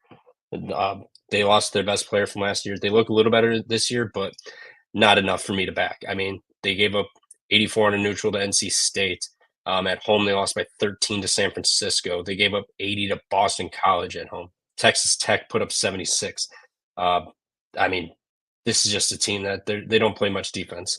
Teams are 16 and a half seconds on defense. They're giving up shots. Alabama plays one of the fastest paces in the country. Third in the country offensively, possession length. So give me Alabama team total. I believe it was over 85 and a half here. Also, that Mississippi State total is down to 134 and a half. I'm with you on Alabama team total. I got it last night. I don't want to lay the points with Alabama being 13 and a half on the road. But just to you basically nailed it all. I mean, they're super fast on offense. They're going to shoot a bunch of threes. We know how Natos is. If it's not a fucking layup, it better be a 3-pointer. That's their style of offense. And they're shooting, like you said, 39%. 37% of their points are coming from three. It's 33rd in the country. Vanderbilt giving up 33.5% from three to opponents, which is way above the national average. So they're letting teams just rip it from three. And we know Natos and this Alabama team is not afraid to just shoot like only fucking threes the entire game. So I think Alabama's going to be able to score. Vandy's, 3-point defense, again, is 352nd in the country. Their interior defense, like you said, it could keep them in the game. But when we're going for a team total, I don't give a shit how close the game is. So limit Alabama inside all you want, make them shoot threes because they're going to score them. So I'd rather their interior defense be up and make them shoot from outside because it's just going to give us more points. No bets on me for this, but I will tail your guys' Alabama play. I love it. Love that logic. Yeah. But I've been wrong on Vanderbilt this year, and I don't know about them. Not that we haven't talked about this game. I'm not betting it regardless, just in case anyone cares. Jaden Epps for Georgetown is in uniform and participating in warmups. First DePaul today. Georgetown is home laying 6.5. So do with that information as you wish. Just figured I'd pass it along. Next game, Horizon is huge today. Love the Horizon. Green fucking Bay is catching 7 at Oakland.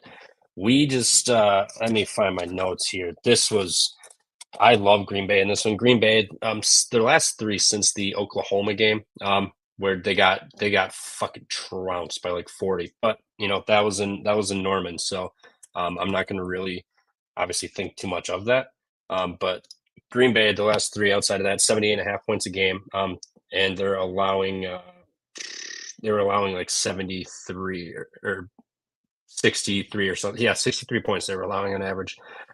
Oakland, they're scoring 85, but they're allowing 81 in their last 3. But Green Bay's KenPom average opponent rank was 267 versus 196 for Oakland. So, I mean, Oakland's obviously been playing a little bit better competition, but Green Bay has been rolling teams. They won by 11 at home against Robert Morris, 17 at home, 11 against Wright State, 17 by Robert Morris. They went to Detroit, won by 18. So, granted, it's Detroit, but they still went and they rolled them.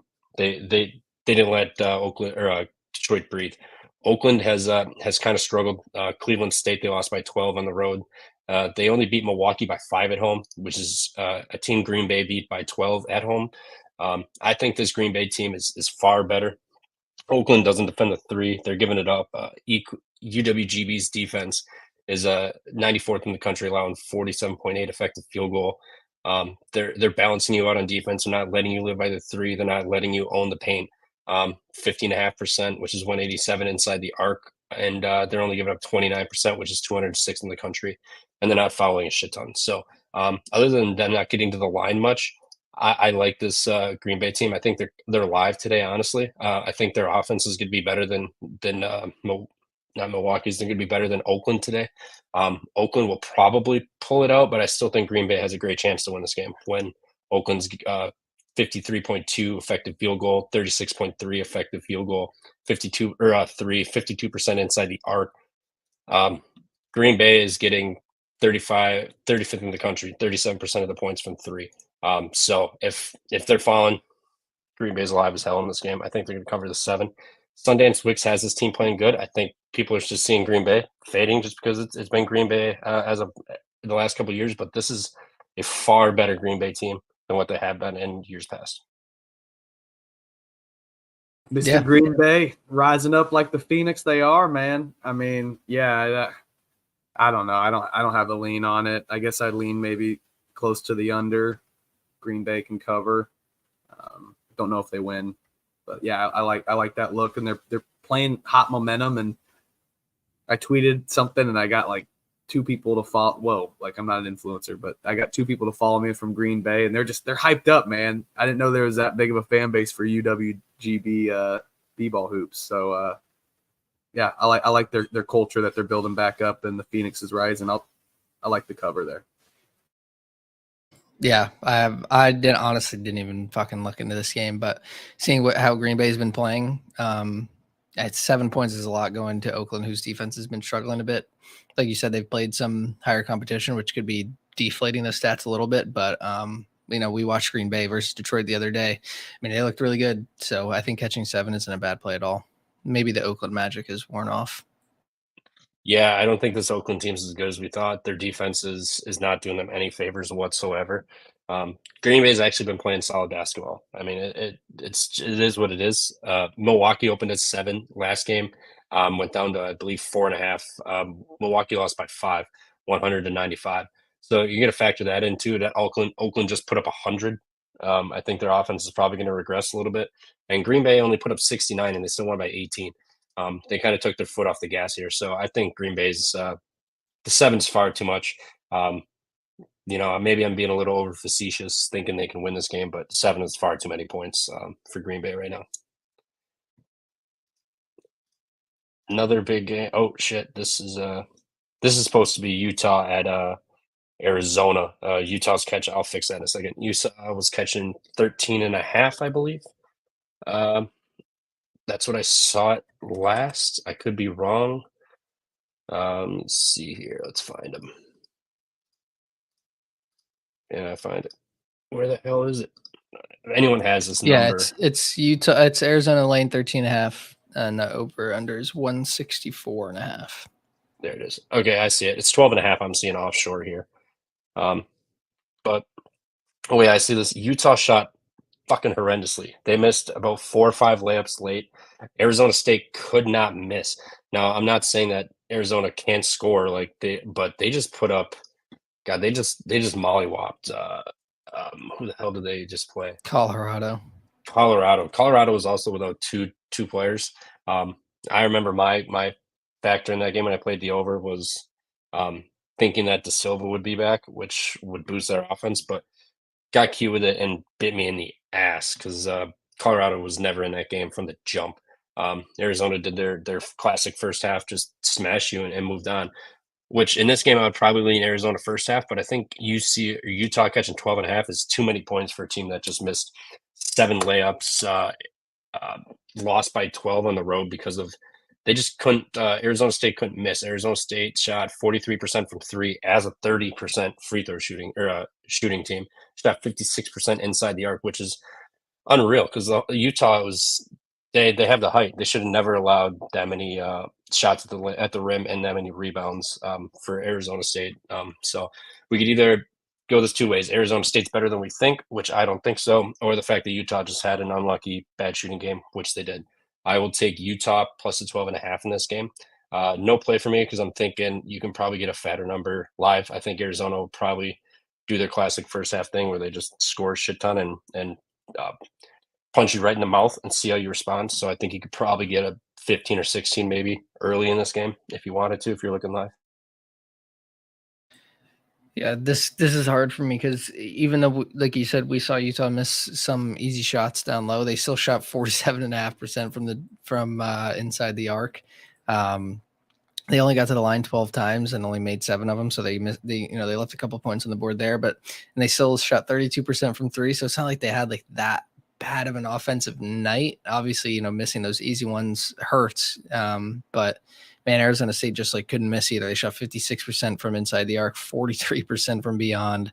They even shot shit from the free throw line, only 63%. They went 10 for 16, but man, Utah looked really, really bad. So I'm hoping that they look a little bit better in this game. And, I initially leaned the over, even though it's super high, and then looked at Arizona's team total.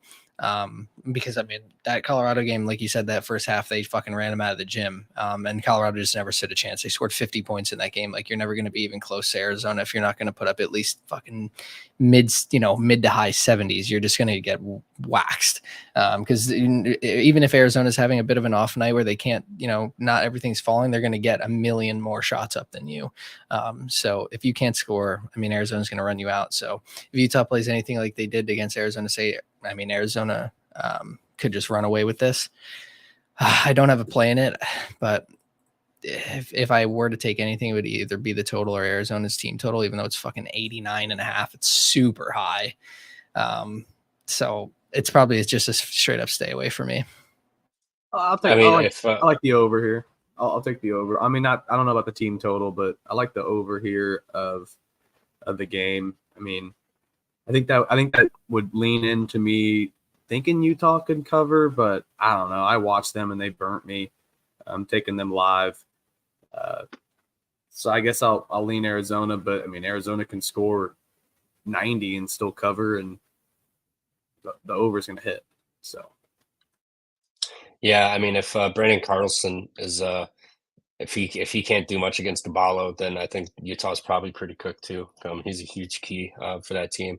Bajema was 3 of 5 from 3-point land last game. Carlson was 2 for 6. So if they can keep the threes falling, I think they'll be fine. But I think that bad luck is worn off with all those missed layups and Arizona State just quote unquote being unconscious for the most part that game. Because it's at halftime, I grabbed Utah. I was like, there's no way they're going to allow Arizona State to keep shooting like this. So bit me in the ass, but I don't think that continues again today. I think Arizona got that pissed off energy out of them, and they're going to play a good game. They'll probably win by 8 or 9, but I think it's just a little too many points for Arizona here.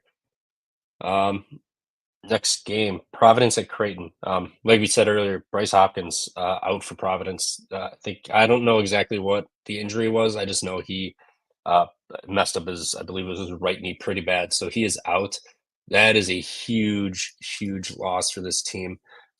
Bryce Hopkins was a huge interior presence for them. He was averaging, let's go here. He had 5 points that game, by the way, 12, 11, 26, 17, 13 boards, 9 boards, 12 boards, 7 boards, 3, 4 assists. I mean, he did a lot for this team, and now they don't have him.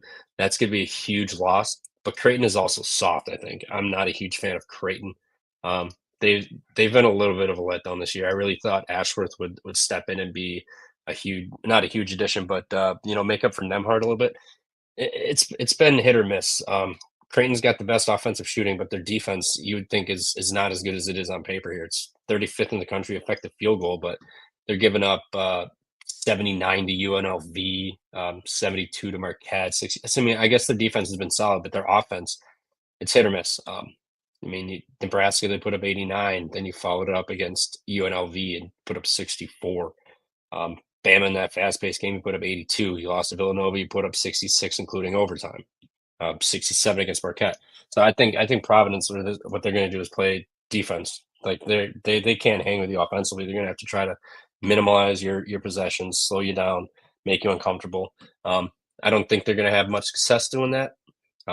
With Bryce Hopkins, that's a lot to try to figure out. And that home loss to Seton Hall, right there was enough for me to think that Creighton probably gets that smash spot today. They're due for it.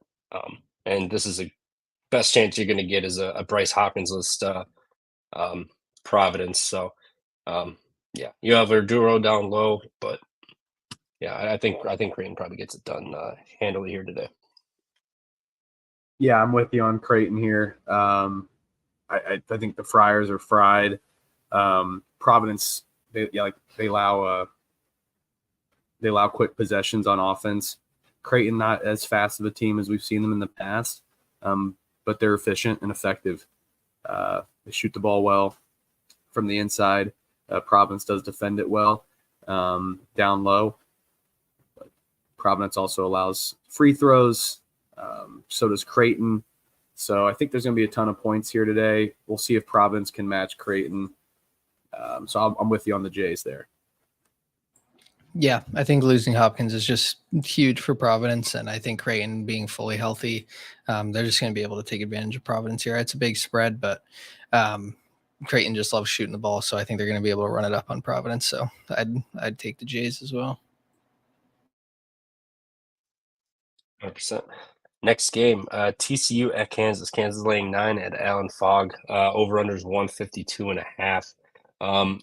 I lean Kansas in this one. This is I believe this is their home opener against Big 12 opponents, if I'm not mistaken. Let's see, Yep, Wichita. you're right. Yeah, this is their home opener. So I think this place is rocking. And like Moneyline Mac had said, this is classes are back in session on Monday. Kids will be back today. Why? I don't think Purdue had their students back last night, which was kind of weird. I could be wrong about that, but I don't think so. But Kansas at home, I think Dickinson is kind of adjusting a little bit yet. He hasn't been incredibly like dominant on both ends of the floor like it was at Michigan. TCU though, they play good defense. They force a ton of turnovers. And Kansas is about middle of the road, 17% of offensive possessions and in turnovers. So, if they can hang onto the ball, I think they'll be fine. But I think 9 points is too much for a team that can shoot 57% inside. That's where they get most of their points. Kansas, 231st, allowing about 50% of your points to come inside the arc. So, I think TCU can cover this number.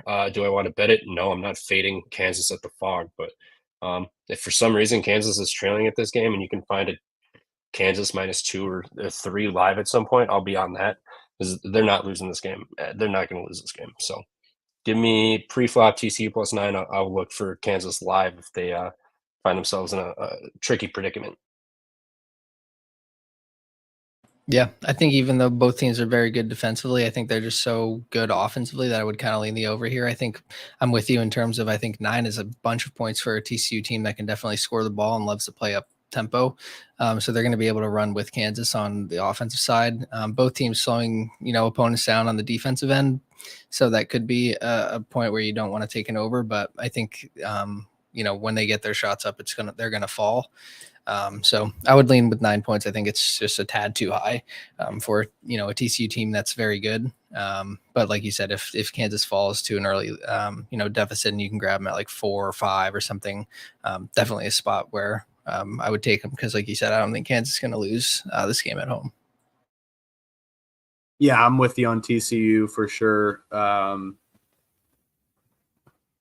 I might take it I think I'm going to take it pre-flop. It'll be added to my little thread that I do, most likely.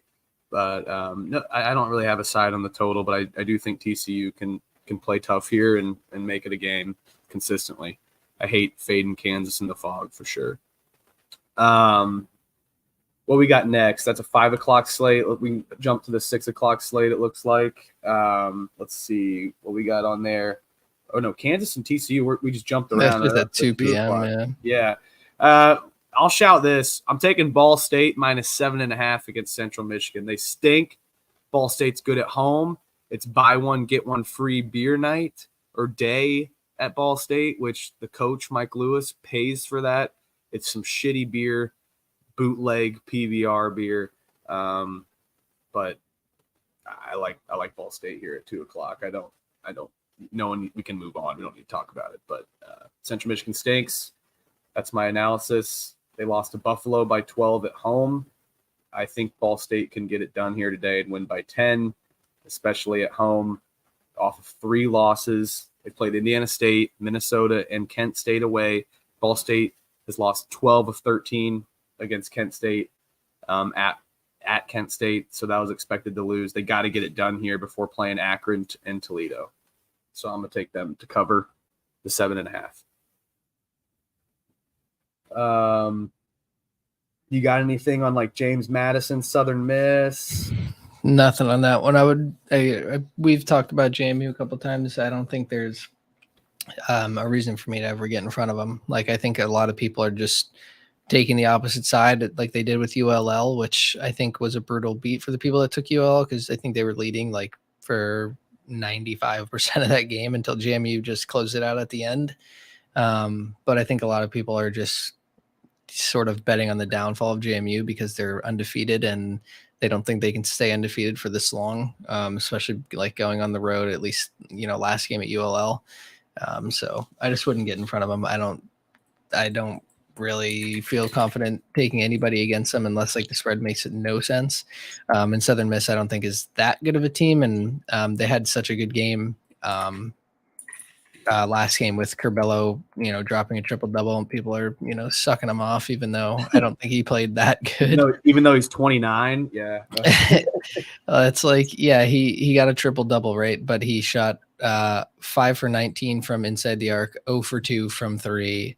Like, it's like, okay, he got it done, but he didn't play like well. It just seems like he was just the one shooting all of their shots. Like he shot 19 of their 49 2-pointers. Right.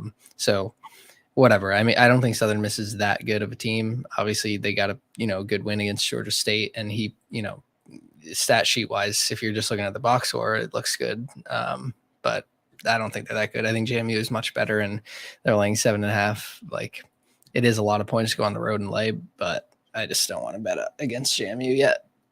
No, not at all. I love my 2-team money line parlays, right? Sometimes I like that better than laying the 7 or 6, and it works out. But I'll never love promoting parlays, but other than maybe like a 2-team spread parlay. But at the 4 o'clock, I think I'm going to add UNC Greensboro. They're kind of wagons at home. East Tennessee State, they've come off some good wins. ETSU is a really good team. SoCon is my favorite conference, low key. I love watching their games. That's Samford, right? Samford Conference, yep. So love watching those games and their team totals.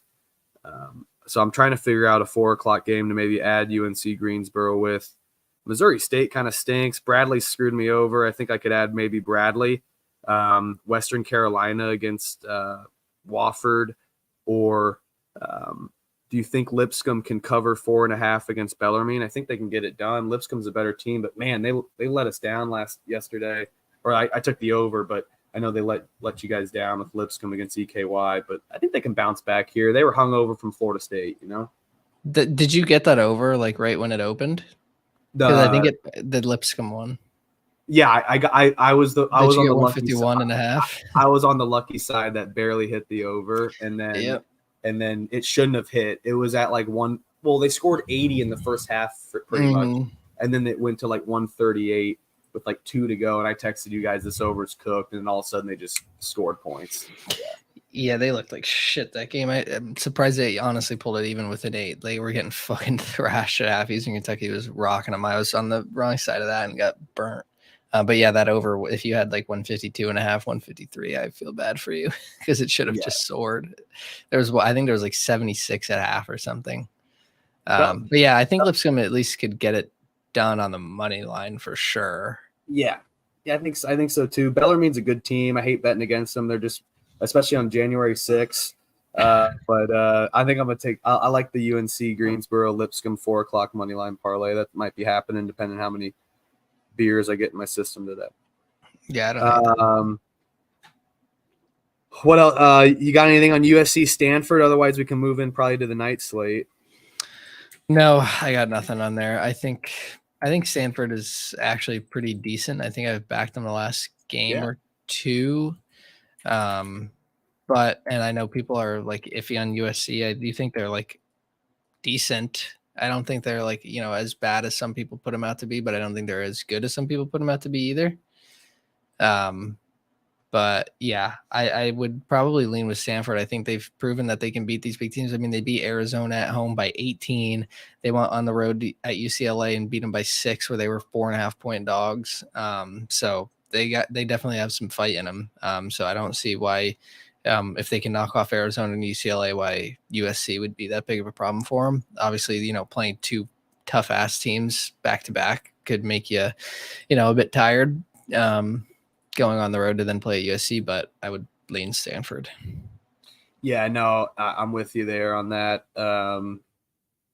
It makes every time I see Stanford that short, I kind of want to. I lean like when I was leaning UCLA, and then I looked in the mirror and I was like, I'm not betting UCLA. They freaking stink. So I think Stanford's going to have a tougher test here. USC is just a tad better, but they don't excite me either. So I like the points there as well. A plus money line dog I like in the 6 o'clock game is maybe Western Kentucky or +3 against Liberty. Liberty has not impressed me. I know they're one of those well-oiled machines, but they're boring to watch. It's like going and watching my Tuesday night pickup hoops. I mean, I enjoy it, of course, but it's nothing special to watch. So I think Western Kentucky at home could be live there. We're on the 6 o'clock slate, Trevor, unless you have anything that you missed that you want to add. The 4 o'clock slate's maybe my nap time during Ravens and Steelers since we were up late. All right, when's the first NFL game come on? 4:15, and then Colts Texans. Right, I was just hoping. Thank God there's not a fucking 1 o'clock game. No, there's only 2, and Perfect. you don't have to watch them. They're shit. Ravens, Yeah. Well, Colts Texans though. Colts Texans is- is- yeah. that's a You don't have must-watch. you don't That's have the you top don't 5 have game of the day. yeah. Sorry, you don't have to, of the day. Yeah, it's a top That's 2 the and best game of the weekend. it's a top 2 NFL game of the day. Joe Buck Nice. back in Indiana. He loves Indiana, loves the state of Indiana. The University of Indiana graduate Joe Buck. He's like, I'm so pumped. That tweet fired me up. All the talk on Houston. Sorry, this is an NFL, but I'm absolutely exhilarated. This is the biggest Colts game in so long. Can Gardner get it done, man? I hope he can. CJ Stroud said the city's weak. Bulletin board material. Go Colts.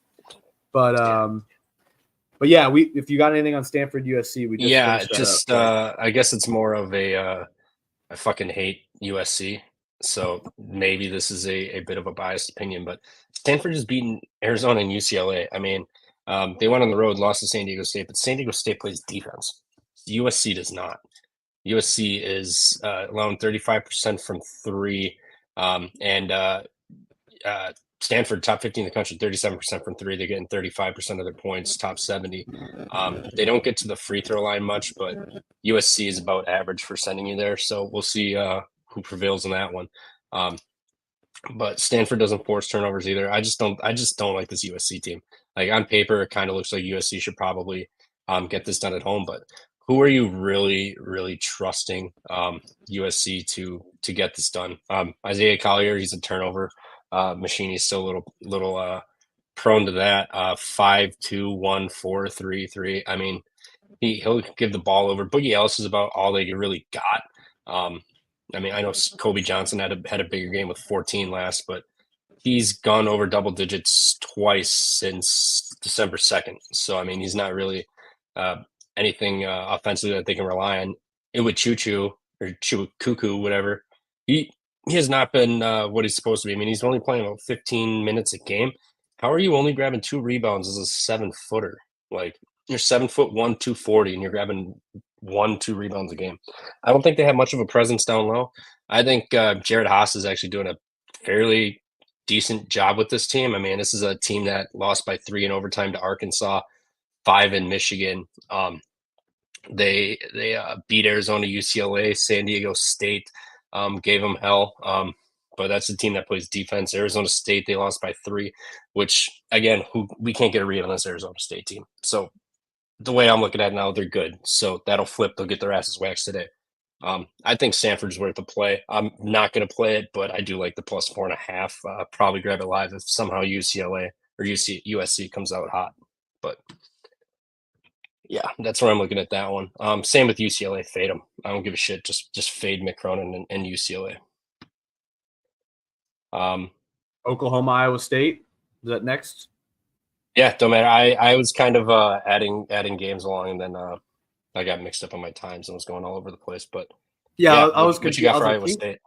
I was like, I think we're on the 5 o'clock slate, and when you left, and Nick was like, no, Kansas TCU's at 2. I was like, okay, but the 5 o'clock slate, it's nap time. That's There's nap just time. too many games, dude. Too many They're all freaking games. over. And is your DraftKings glitching?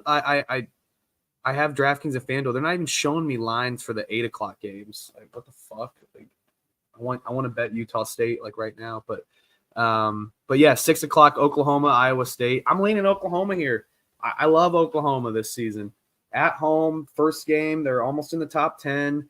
At home for the Big 12 game. Iowa State, a gritty team that is tough to fade. but the last team they've played that's decent is Iowa at home. Five straight road games. An away game, they slaughtered DePaul, but still allowed DePaul to score 80 after losing to Texas A&M in a close game. Virginia Tech losing in a neutral, beating VCU by 4. This is going to be their toughest test today. Oklahoma's building off some steam and off a loss in North Carolina. They looked pretty bad against Monmouth. I liked Monmouth that game. I think they were catching 21.5, I believe. So I did like Monmouth there. With Oklahoma maybe having a look ahead spot to this game. So, yeah, I think it's going to be a sweaty 2.5 is definitely the right number. But I do like Oklahoma here for sure. Yeah, I think I'm with you. I'm not going to bet this game, honestly, because I think it's just it's a coin flip in my mind. But I do like Oklahoma's defense. Being at home against Iowa State, who, on those neutral court games, like Virginia Tech, Texas A&M, they struggled a bit, and they haven't really faced anyone real on the road. Like you mentioned, they beat the shit out of DePaul, but they still gave up 80 points to DePaul. So this is really their first, obviously, it's a lot of teams' first true road spots here, but going on the road to go into Oklahoma, who's been battle tested against UNC, Arkansas, Providence, Iowa, USC, like they have a lot of good teams on their track record. So, and with their defense still being, this highly rated in terms of, just KenPom stats, I do trust their defense a bit. Iowa can obviously run up the score and shoot a bunch of threes and make them. So you're going to be able to score. I would, again, I'm like a broken, record here, but I do kind of lean the over as well. But Oklahoma laying a short number, I would lean them. Yeah, I'm with you, especially an Oklahoma team that can shoot 76% from the free throw line, top 40. And then Iowa State, 39.8% of opponents' points come from three-point land. That's 40%. 40%. No, Oklahoma, they don't look to fucking kill you from the three-point line, 29%. But they can shoot 35.5%. That's top 100 in the country. They can get 3 balls to fall in this game, especially at home. So I think Oklahoma is going to – I think this actually is a solid play, to be honest. Iowa State, they lost to Virginia Tech on a neutral by 9, lost to Texas A&M when Texas A&M was hot. Texas A&M's kind of cooled off a little bit here, but they beat Iowa. Congrats, because Iowa State plays defense, so that's solid. Oklahoma can play defense also. The one thing that kind of worries me is Iowa State 27% of defensive possessions result in a turnover. Oklahoma 230th offensive possessions, 18.5% of them end in turnovers. And the steals, Iowa State's second best in the country, 17%. 10.1% of offensive possessions end in a steal for Oklahoma. So if Oklahoma can't hang onto the ball to get the shots, the 3 balls and the shots up, they're going to – I think Iowa State wins. So I like Oklahoma, but I'm just going to lay off just for the fact that Iowa State's elite at forcing turnovers and keeping you off your rhythm. Yeah, I love it. Why the hell is when do college game days start up? Those don't start up for another week or two. The heck? I have no idea. Yeah, you would think they'd be going right now. Another A10. We got an A10 banger. St. Bonnie's at. Actually, hold on. Before we get into any extras, let's go over the plays we got because it's already 9:45. Time flies. BYU game. I know we are all on the BYU game here. Nick, if you want to start that off, I'll pull up everything for that. Yeah. So again, my card, like every fucking weekend or all throughout the week, you'll see the same like 6-7 teams on it almost every time they play, with BYU being one of them.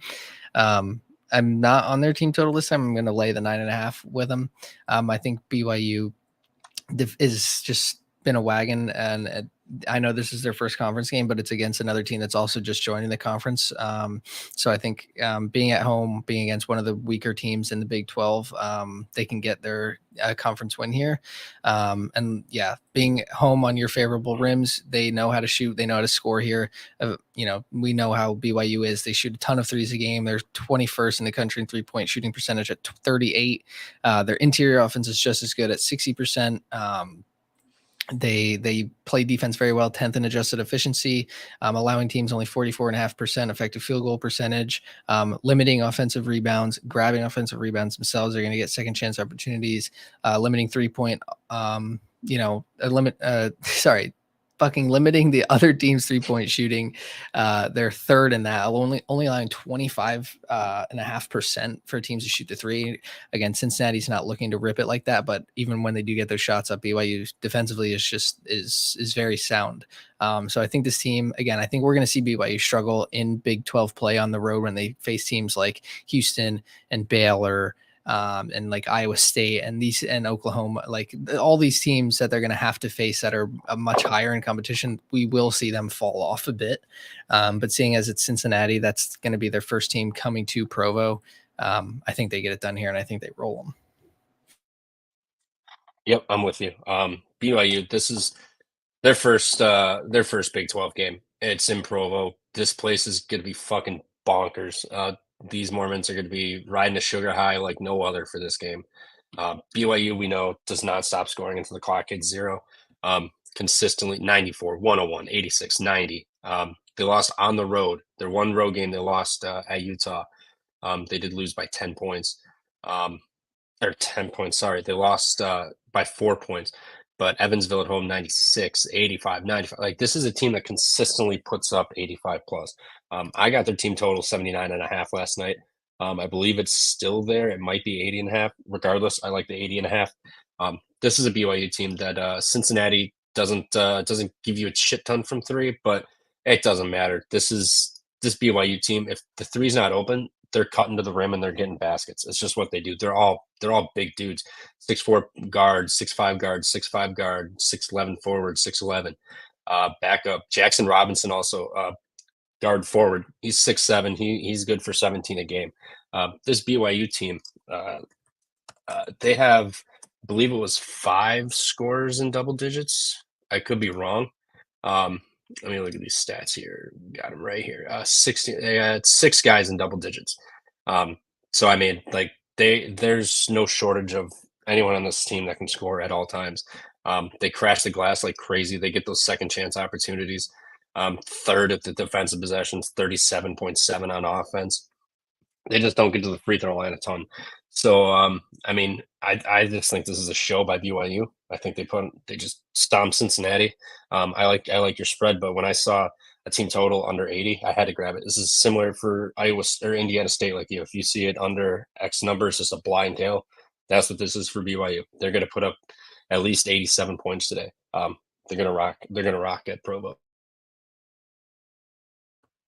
Guys, my dog keeps ringing his bell, so I got to bounce for probably like 5 to 10. So if you guys are finish up, no problem. But I wanted to jump in this game. BYU to cover, Utah State to cover in a parlay. That place is going to be extra rowdy, a little Mormon parlay, especially on this day. The place is going to be jumping. And they're. Do you want to talk to your Utah State pick quick then? Yeah, I'm going to do that real quick, and feel free to jump in after me, of course, and I'll just go off camera, and if I come back in time, I come back in time. But I just like Utah State here, right? It's one of those model plays. Colorado State ranked top 15. They just came off a big win against New Mexico, and Utah State's a really, really fun team to watch, just as much as every other team in the Mountain West is. I love watching the Mountain West.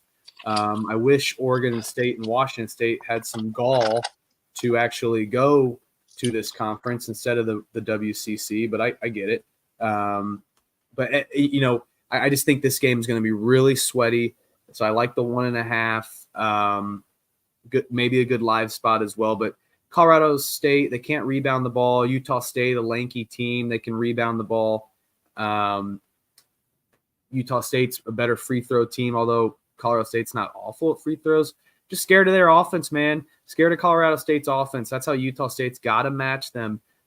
Utah State may have the defensive advantage against Colorado State, which wins championships, right? But Utah State's got to be able to match their offense. The 3-point is not going to be in play here. They're going to go inside. It's going to be a grittier game. So I think the over initially on the eye test, but looking into the stats a little bit, I think they'll be a little too sweaty, and I'd rather just take Utah State at home in that environment. It's going to be jumping. Please feel free to fade or tail. I got to bounce though real quick. So BRB or see you guys. Good show. So For sure, we'll find out. But I'm with you regardless. I think Colorado State Utah State's laying points for a reason. That feels like they're going to get this dub. This is I think this is probably the biggest game of their biggest game of the season. I mean, they got Colorado. Otherwise, they'll have Colorado got State a rank. They've got some. Yeah, I San stand Diego corrected. State as well. Yep. So yeah, they'll have a couple of ranked teams coming in, but I mean, this is their first true big game of the year. I mean, Akron, UC Irvine, San Francisco, those are all top 100 KenPom teams, but this is Colorado State, Isaiah Stevens and company coming in. So this place is going to be jumping. Yeah, I'm with him. I would take Utah State in this one. Yeah, I'm on the over on this. I think both offenses are clicking. I think Utah State, even though they're really struggling from the 3-point, only shooting 29.5%, they're finding all of their points in the interior, which is a lot different than the Utah State team we saw last year. I know you mentioned before Ashworth on Creighton. I know he was a big 3-point scorer for them last year, but they're still managing to put up 80 plus in some of these games, like Santa Clara, East Tennessee, Air Force, UC Irvine. They put up 108 on San Diego. Like, obviously, a lot lower competition compared to Colorado State, but they're able to get all of their points in the interior. 59.5% of their point distribution is inside, which it has to be so much higher than it was last year. It was 46% last year with 35% coming from three. So they found a way to, transition from a team that just ripped threes and made a lot of them last season to really focusing on the interior. And I think they can take advantage of Colorado State's interior defense, which isn't that good. But I think Colorado State's going to be able to get their own too. They have some ballers on that team, so they're going to be able to score. So I think 150.5 is a good spot. I think we're going to get a high 70 scoring game here. Last second free throws again. I know I always say that in these close games, but this could easily be a 1-2 possession game, within a minute. So whoever's down is going to foul, put them at the line. Both of them. Colorado State's very good from the line. Utah State struggling a bit, but if they find some rhythm and get some of the knockdown, that could be what pushes us over. So. Yep, I'm with you. It'd be over in Utah State for me as well. I think it's going to be points. You can only keep Isaiah Stevens and company down for so long, but in Utah, like they're going to find a way to get it done. It'll be a little sweaty, but I think they're going to get this done by 2. Those late game fouls will push them over the cover if need be, or they'll be just ahead by so long. Colorado State will hit a pointless 3 and lose by like 4 or 5 maybe. So. Yeah, Colorado or Utah State and the over for me. My next play that I have today is Grand Canyon over 79.5 at Utah Tech. Now this is got the elevation a little bit here, but I'm not too worried about Grand Canyon in this one. They got some dudes. Tyson Foster Grant. This dude is a walking bucket. I think he was averaging close to like 18 a game or something.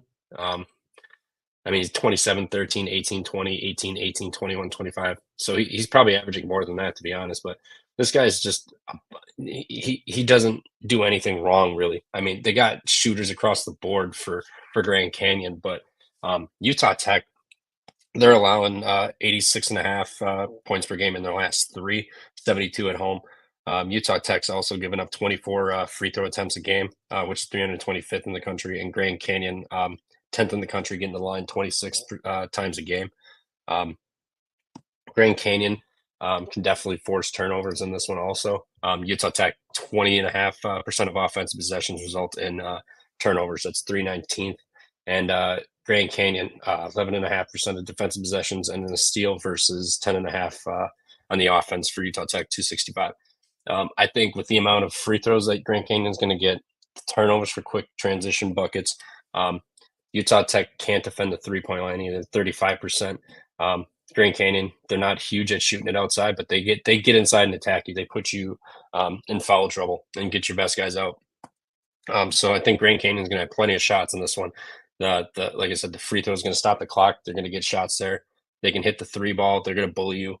I think Grand Canyon at least puts up 80 in this game. I don't know about laying the 13. That's a big number for Grand Canyon on the road. Granted, they just did that against Southern Utah. They won by 21, but their other road game, they won 69-64, which could be a little bit of an issue. And then they put up 80 against UT Rio Grande Valley while allowing 69. So I think the 13 is just a tad too high, but I do like their team total with under 80, and with the amount of free throws they're going to get and lack of defense and ball control that Utah Tech has, I think they get there pretty easily. Yeah. I got no read on that one. I honestly didn't even look at it. I think we touched on all of my plays. I think I'm out. Oh, fuck yeah. So whatever you got left, if you want to go over some more before we wrap up, I think I'm all set. Yeah, I did grab the under 134 in the Mississippi State South Carolina game. So it went down I think a point or so from where we were talking. It's 133.5 now. It's just slowly dropping. I think it's just a total grind you out game. It's going to be nasty SEC ball. And Mississippi State, we saw them earlier. They had better offense, but they just kind of flared out lately. They're turning back into their selves from last year where they struggled to score. So defense is going to be an emphasis in this one, and I think it's going to be a mid-60s game for both teams at most. So other than that, I'm kind of looking, also going over some injury news from Jordan Majewski on Twitter. Ledlum and Ledlum and RJ Lewis are both questionable to play for St. John's today. So if you like Villanova, I would probably hop in now because I'm going to guess one of those guys is out, and that's going to drop the spread down to half a point, 1 point maybe. Louisville, JJ Traynor, he's out for the remainder of the season. And Trey White, their guard, forward center Emmanuel Okafor are both unavailable also against Pitt. I think Pitt is kind of turning into a nice spot to grab here. They're laying 8.5 against Louisville. Do not care. Also, Clemson's down to 2.5.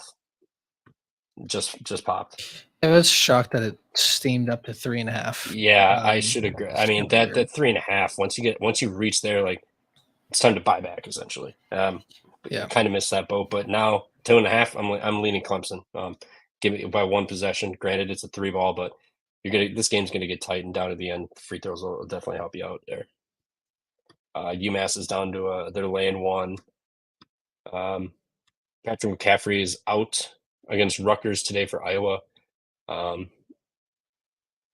Yeah, so that's all I'm seeing. Pittsburgh just dropped from 8.5 to 8 now. So, I do with that as you wish, but I'm not seeing any Jaden Stone news.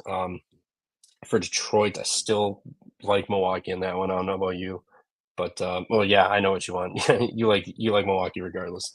It's not even that it's like I'm not playing anything. It's not even that I like Milwaukee. I think Detroit is just fucking dog shit. Yeah, no, they're at that point where it's like just blind back for me. I'll address FAU quick. 8.5 feels like a tad too many points. I think they're probably going to win by 6 or 7.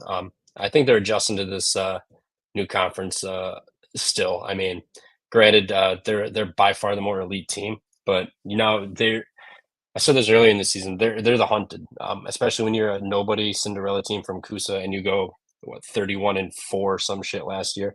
You make it all the way to the Final Four. It should have been the national championship game. Fuck you, Lamont Butler.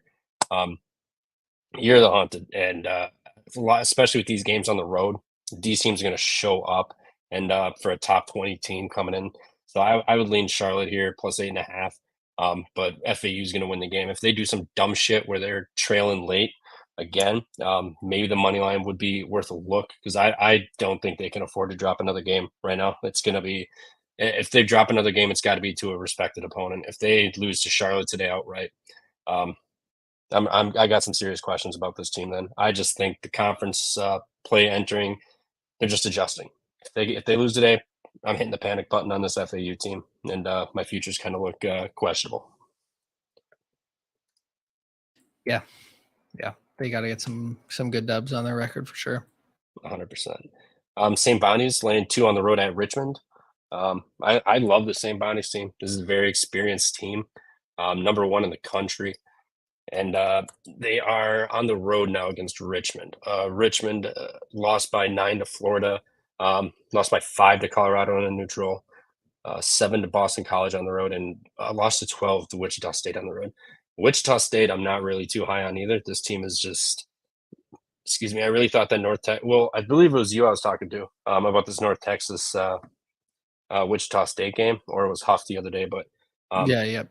it was, yeah, we like North Texas. Didn't play them just because it felt like Wichita State coming back after Kansas State. They get it rolling. They lost by 12 outright, and that game was, I think, a 19-point game at one point. So they kind of made it look a little better than what it was. But I don't think this Wichita State team is much very good.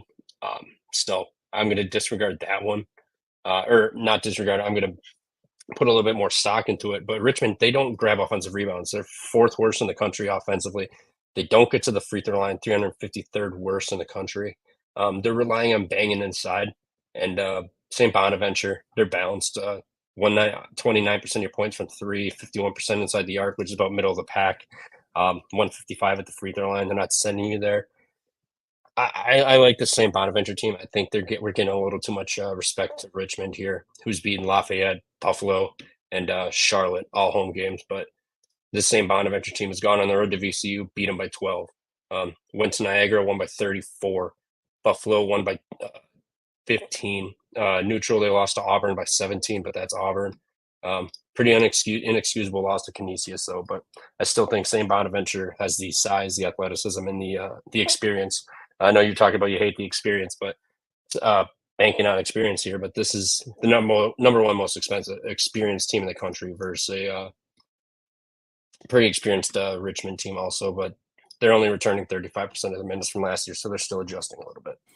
Yeah, and I think, like, I don't know, I flip flop on it. Like, I think experience definitely matters in a game. Like, where I think it doesn't matter is when it's a team, like I say, it really doesn't matter to me in March. Like when you have a fucking Kentucky team who is, 80% freshmen going up against, a 14 seed in like Richmond, who is all juniors and seniors, which it's like, yeah, of course they have experience and they know, but like in March, like, do they have experience in March? 1, 2, like Kentucky's freshmen are just like gonna be, there's probably 2 NBA players on Kentucky's team. So it doesn't matter if you've played college ball against the A-10 for 3 years when you have a guy that's going to go play against fucking Kevin Durant in, 8 months.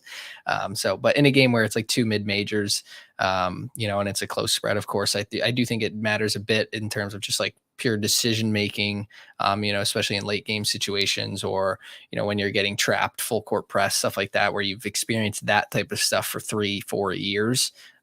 That's not new to you. But in terms of like a March Madness type of situation, or a big Power 5 team going up against a mid major, I don't think that shit matters. But in this type of game, it does. 100%. Agree with you there. March is kind of just, I think you got to put a little bit more stock into your coach, with how they experienced, how well they're able to figure that back out. That I think matters a lot more than player experience. I think if you have a coach that's been around for 40 fucking years versus a coach that's been around for 3 years, that's like way bigger to me than players. You can teach an 18-year-old kid, if you've been around for 35 years, what to do and how to do it. But yeah, coaching experience definitely matters. Yeah. As we get later on, that'll be more of a factor there. Also, Chattanooga is laying 2 points today against Furman.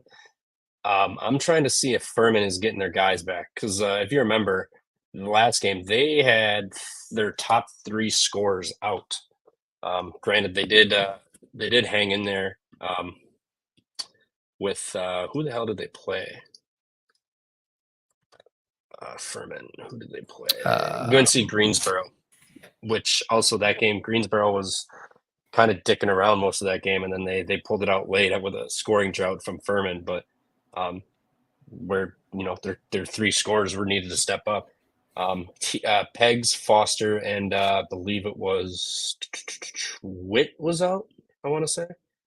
I'm not sure why. I never saw if they were injured or anything, but they missed a lot of guys and it affected them down late. I'm not incredibly high on this Chattanooga team, but if you're going to take away 3 scorers, go on the road for conference play. I think Chattanooga can probably find a way to get this done. I mean, Chattanooga lives and dies by the 3, so if that's not falling, maybe Furman can get it done. But you're out 3. If you're out 3, your top scores again, I would take Chattanooga in this one at home.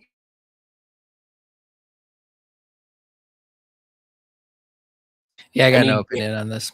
Yeah, it's kind of a hole in the wall game for today, 100%. But do you guys got anything else you want to touch on? Any games, any angles, anything you're looking at today potentially? Like I said, we touched on all mine. Every game I have bet, we talked about. I just added Villanova to the card because Ledlam is out, confirmed. Confirmed out? Yeah, Rothstein tweeted it. RotoWire has him out. I think the other guy that you mentioned is available. Let me find his name. Sorry. RJ Lewis is available to play per Patino. I don't know if that means he's going to play full time or be limited, but he's available. But Ledlam is out for sure. So I took a 3.5 laid the 3.5 with Nova. Yeah, you can't really argue that with their free throw shooting either when it comes down to it late, because this will be a tight game. Yep. Yeah, Ledlam hasn't played since December 5th though, so I think probably don't need to put as much stock into that. Yeah, for sure it was factored in already. Yeah, 100%. Maybe it's going to go up another half a point or something, but Kentucky just popped to 4 also, so that keeps moving for Florida. Hey, fuck me. Green Bay dropped from 5 to 2.5. Fairfield went from 5 to 3. So I think some of the steam is not. It's not all that it sure, but should I'd be, rather right? have Fake I'd rather have 4 points in fucking No, 2.5. I hear you. Yeah, for sure. You get an extra. You have over a possession with 4. That game might be 110 to 105. It's gonna be incredible. Yeah, we're gonna get a Pacers Hawks game. Just scrolling down, make sure we're not missing that. Tulane, North Texas. If that tickles anyone fancy, Ron Hunter on the road at North Texas off of that great win. That's a fucking turtle in the hair game right there. Yeah, who's gonna get? What's the total's 142.5? So that might. It's kind of right in the middle, right? It's not too low, but it's not too high. Like Tulane's totals are like fucking high 150s, and North Texas usually like low 130s. Yeah, I would lean under in that one. I think North Texas probably gets their game. I haven't been too impressed with Tulane this year. It's a little bit higher than on them in the beginning of the year. North Texas has looked pretty damn good. Let me find this Tulane page here. Make sure I'm thinking of the right team and not sound like an idiot here. I'm thinking of the wrong team. Tulane has been pretty solid. Offensive rebounding, straight red. They do not crash the glass.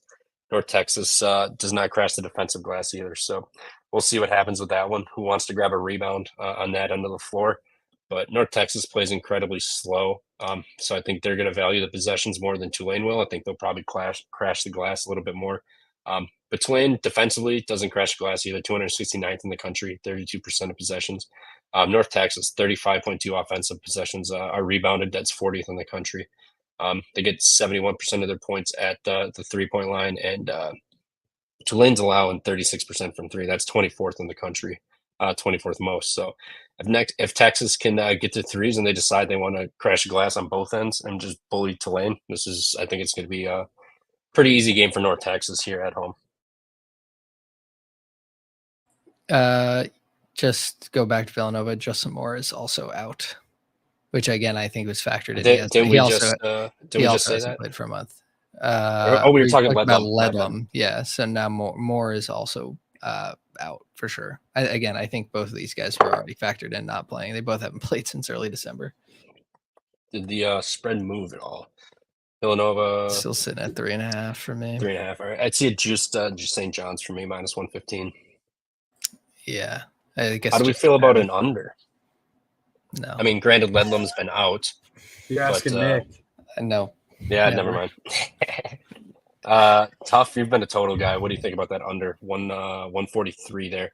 It's just over for me, but when you got Soriano crashing the glass, no Ledlam and no Justin Moore, I hate this is where I stop. I just hate totals at a team that's fast paced, efficient versus a team that just grinds it out. You're betting on if you think Nova's going to get their style of game at home. I like the inside game, so I don't know. I'm not taking the under. I don't love it. I'm not touching that. I don't think it's going to be competitive. Definitely a live spot total, but I like I said, I lean the inside game with Soriano and Dixon. So thanks. We'll I got to see. put a half unit on Soriano rebounds. Let's see where it's at. Well, this St. John's game is locked up on my book just now. It's up to 144. I So wish Hard Rock literally, would as I let me talk. bet props, dude. These fucking rats. Hard Nope, Rock. now it's 143. Yeah, see, I No player wanted. props in Florida. I've thought about hopping in on Prize Picks or Underdog or something, but I hate that you have to parlay it, which I get that's what you got to do. But yeah, having to parlay it sucks. I mean, you could find 2 solid props, but if you go 1-1, you're still a loser. That's what I don't get. Some of these people on Twitter and stuff that are promoting their prop players prop Prize Picks and Underdog props. It's like, oh, we're like 31 and like 15 on the season. It's like, well, you probably Dude. haven't won anything then because you need to fucking win them both on those systems to win. Fuck these people. I'm not gonna say any names, but I know people that tweet out just one fucking square on Prize Picks that they like, and then we'll like count it as a record. Like how the fuck, like how do you do that? You would literally have to lay it with something else. Yeah, It's so fucking stupid. You I've can't never- tweet one prop. I've never dabbled into Prize Picks or Underdog or any of those things. To be honest, I've never. Good. Don't do it. It's- It's it wasn't fucking legal. It just became legal in Indiana recently, and then I don't know, DraftKings and FanDuel and all those books got better at their props. So stupid. Don't bother. It's literally Yeah. fucking stupid. I essentially use those just because as Alabama team totals 85.5 is getting juiced under now. So God maybe damn it. whatever. It's still 85.5. I'm not too worried about it. I'm getting killed on CLV. Fuck the CLV. We got killed with CLV for Green Bay and Fairfield the last 2 days, and it didn't matter.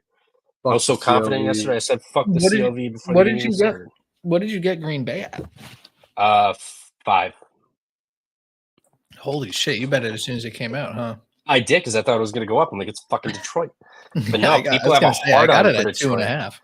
Yeah. Oh, I do. I'm not gonna lie. I rebetted a little bit. I had 2 units on it. I grabbed -3 again. I was like, I gotta trust myself here. Like this is fucking Detroit. So yeah, that didn't matter. This Milwaukee's game's starting to look a little prettier and prettier to me as I sit here and stare at it too. But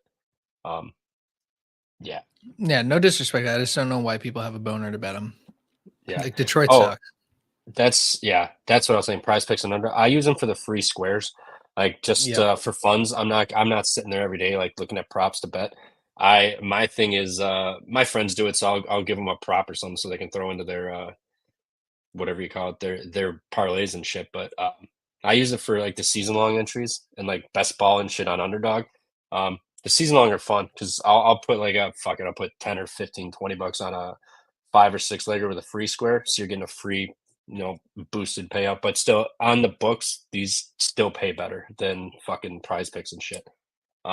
So just that's the only thing I do with it. I don't use it daily. Just those season long entries like MLB, like just home runs and shit like that. So you won't catch me laying giving out Prize Pick slips and Underdog slips and shit, except for like I said, season long entries. Hey, Kentucky just dropped to 3. Good thing I There got you go. 2.5. Well, it's just it went up to 4, down to 3 in about 2 minutes. So I'm really thinking about hopping in with Kentucky with you on this one. I've only got 6 plays. I guess if anyone's got their plays handy, we'll just read what we got locked up currently. I have Green Bay UWGB +7, LaSalle Fordham under 145.5, BYU team total over 79.5, Grand Canyon team total over 79.5, Mississippi State South Carolina under 134, Alabama over 85.5. Currently, IPFW is looking pretty. UW Milwaukee is looking pretty, and and I have Soriano half unit on over 10.5 boards. You can go over yours if you want, Huff. For the early slate, Clemson -2.5. Got the under and Mississippi State, South Carolina under 135.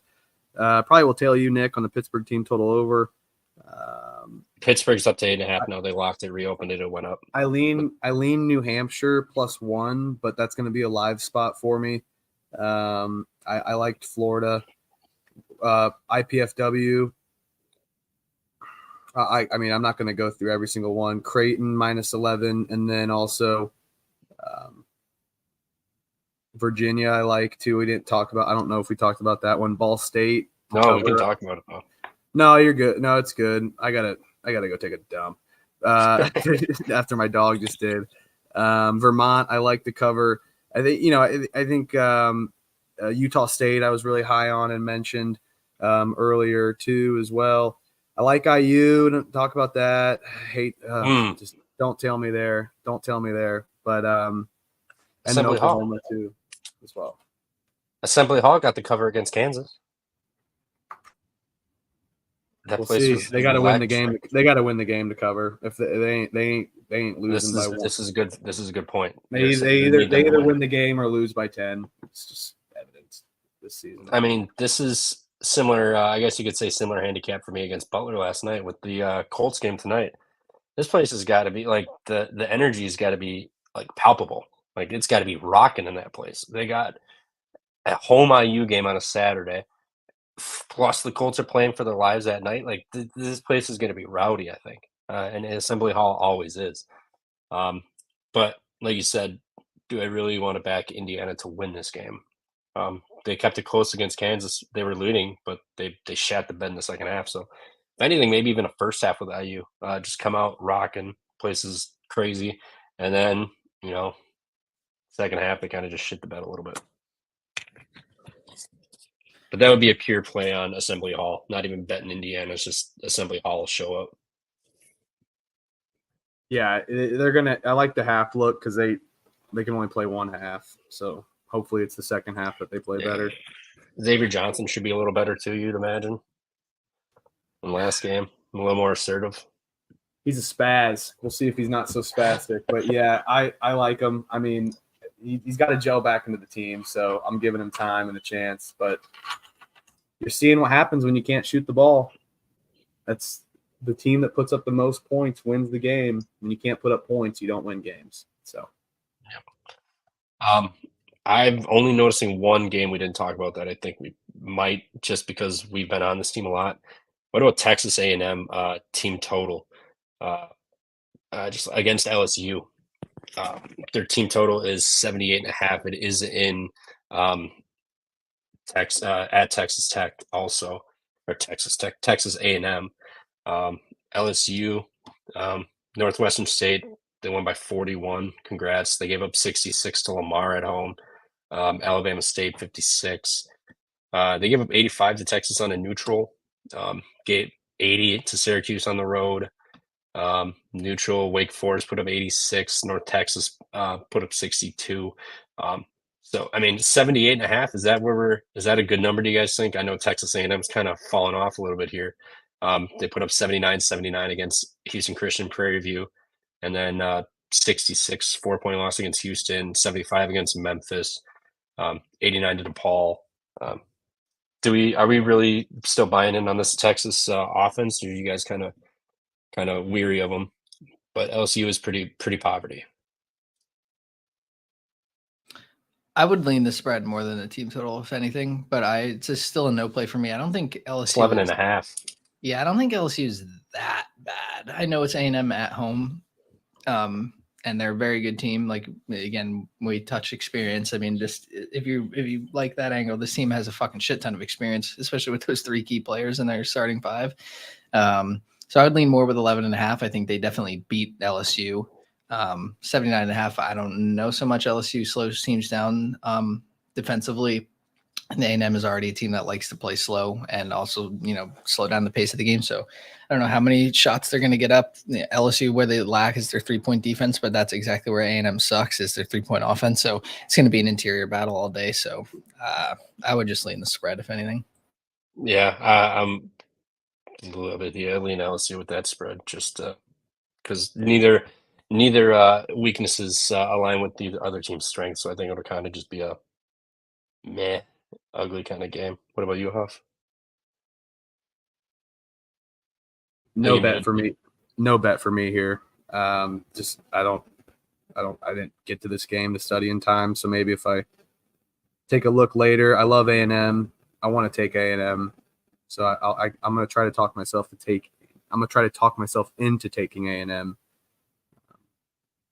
We'll see what my bankroll's looking like by 8:30. 100%. Yeah, if the day goes well, I'll probably have enough beers in me to play Cal over UCLA because I fucking hate UCLA. I think UCLA is giving me Detroit vibes where people are like, "Oh, this is the game. This is the game. This is the game." It's not the game. Like they just actually suck.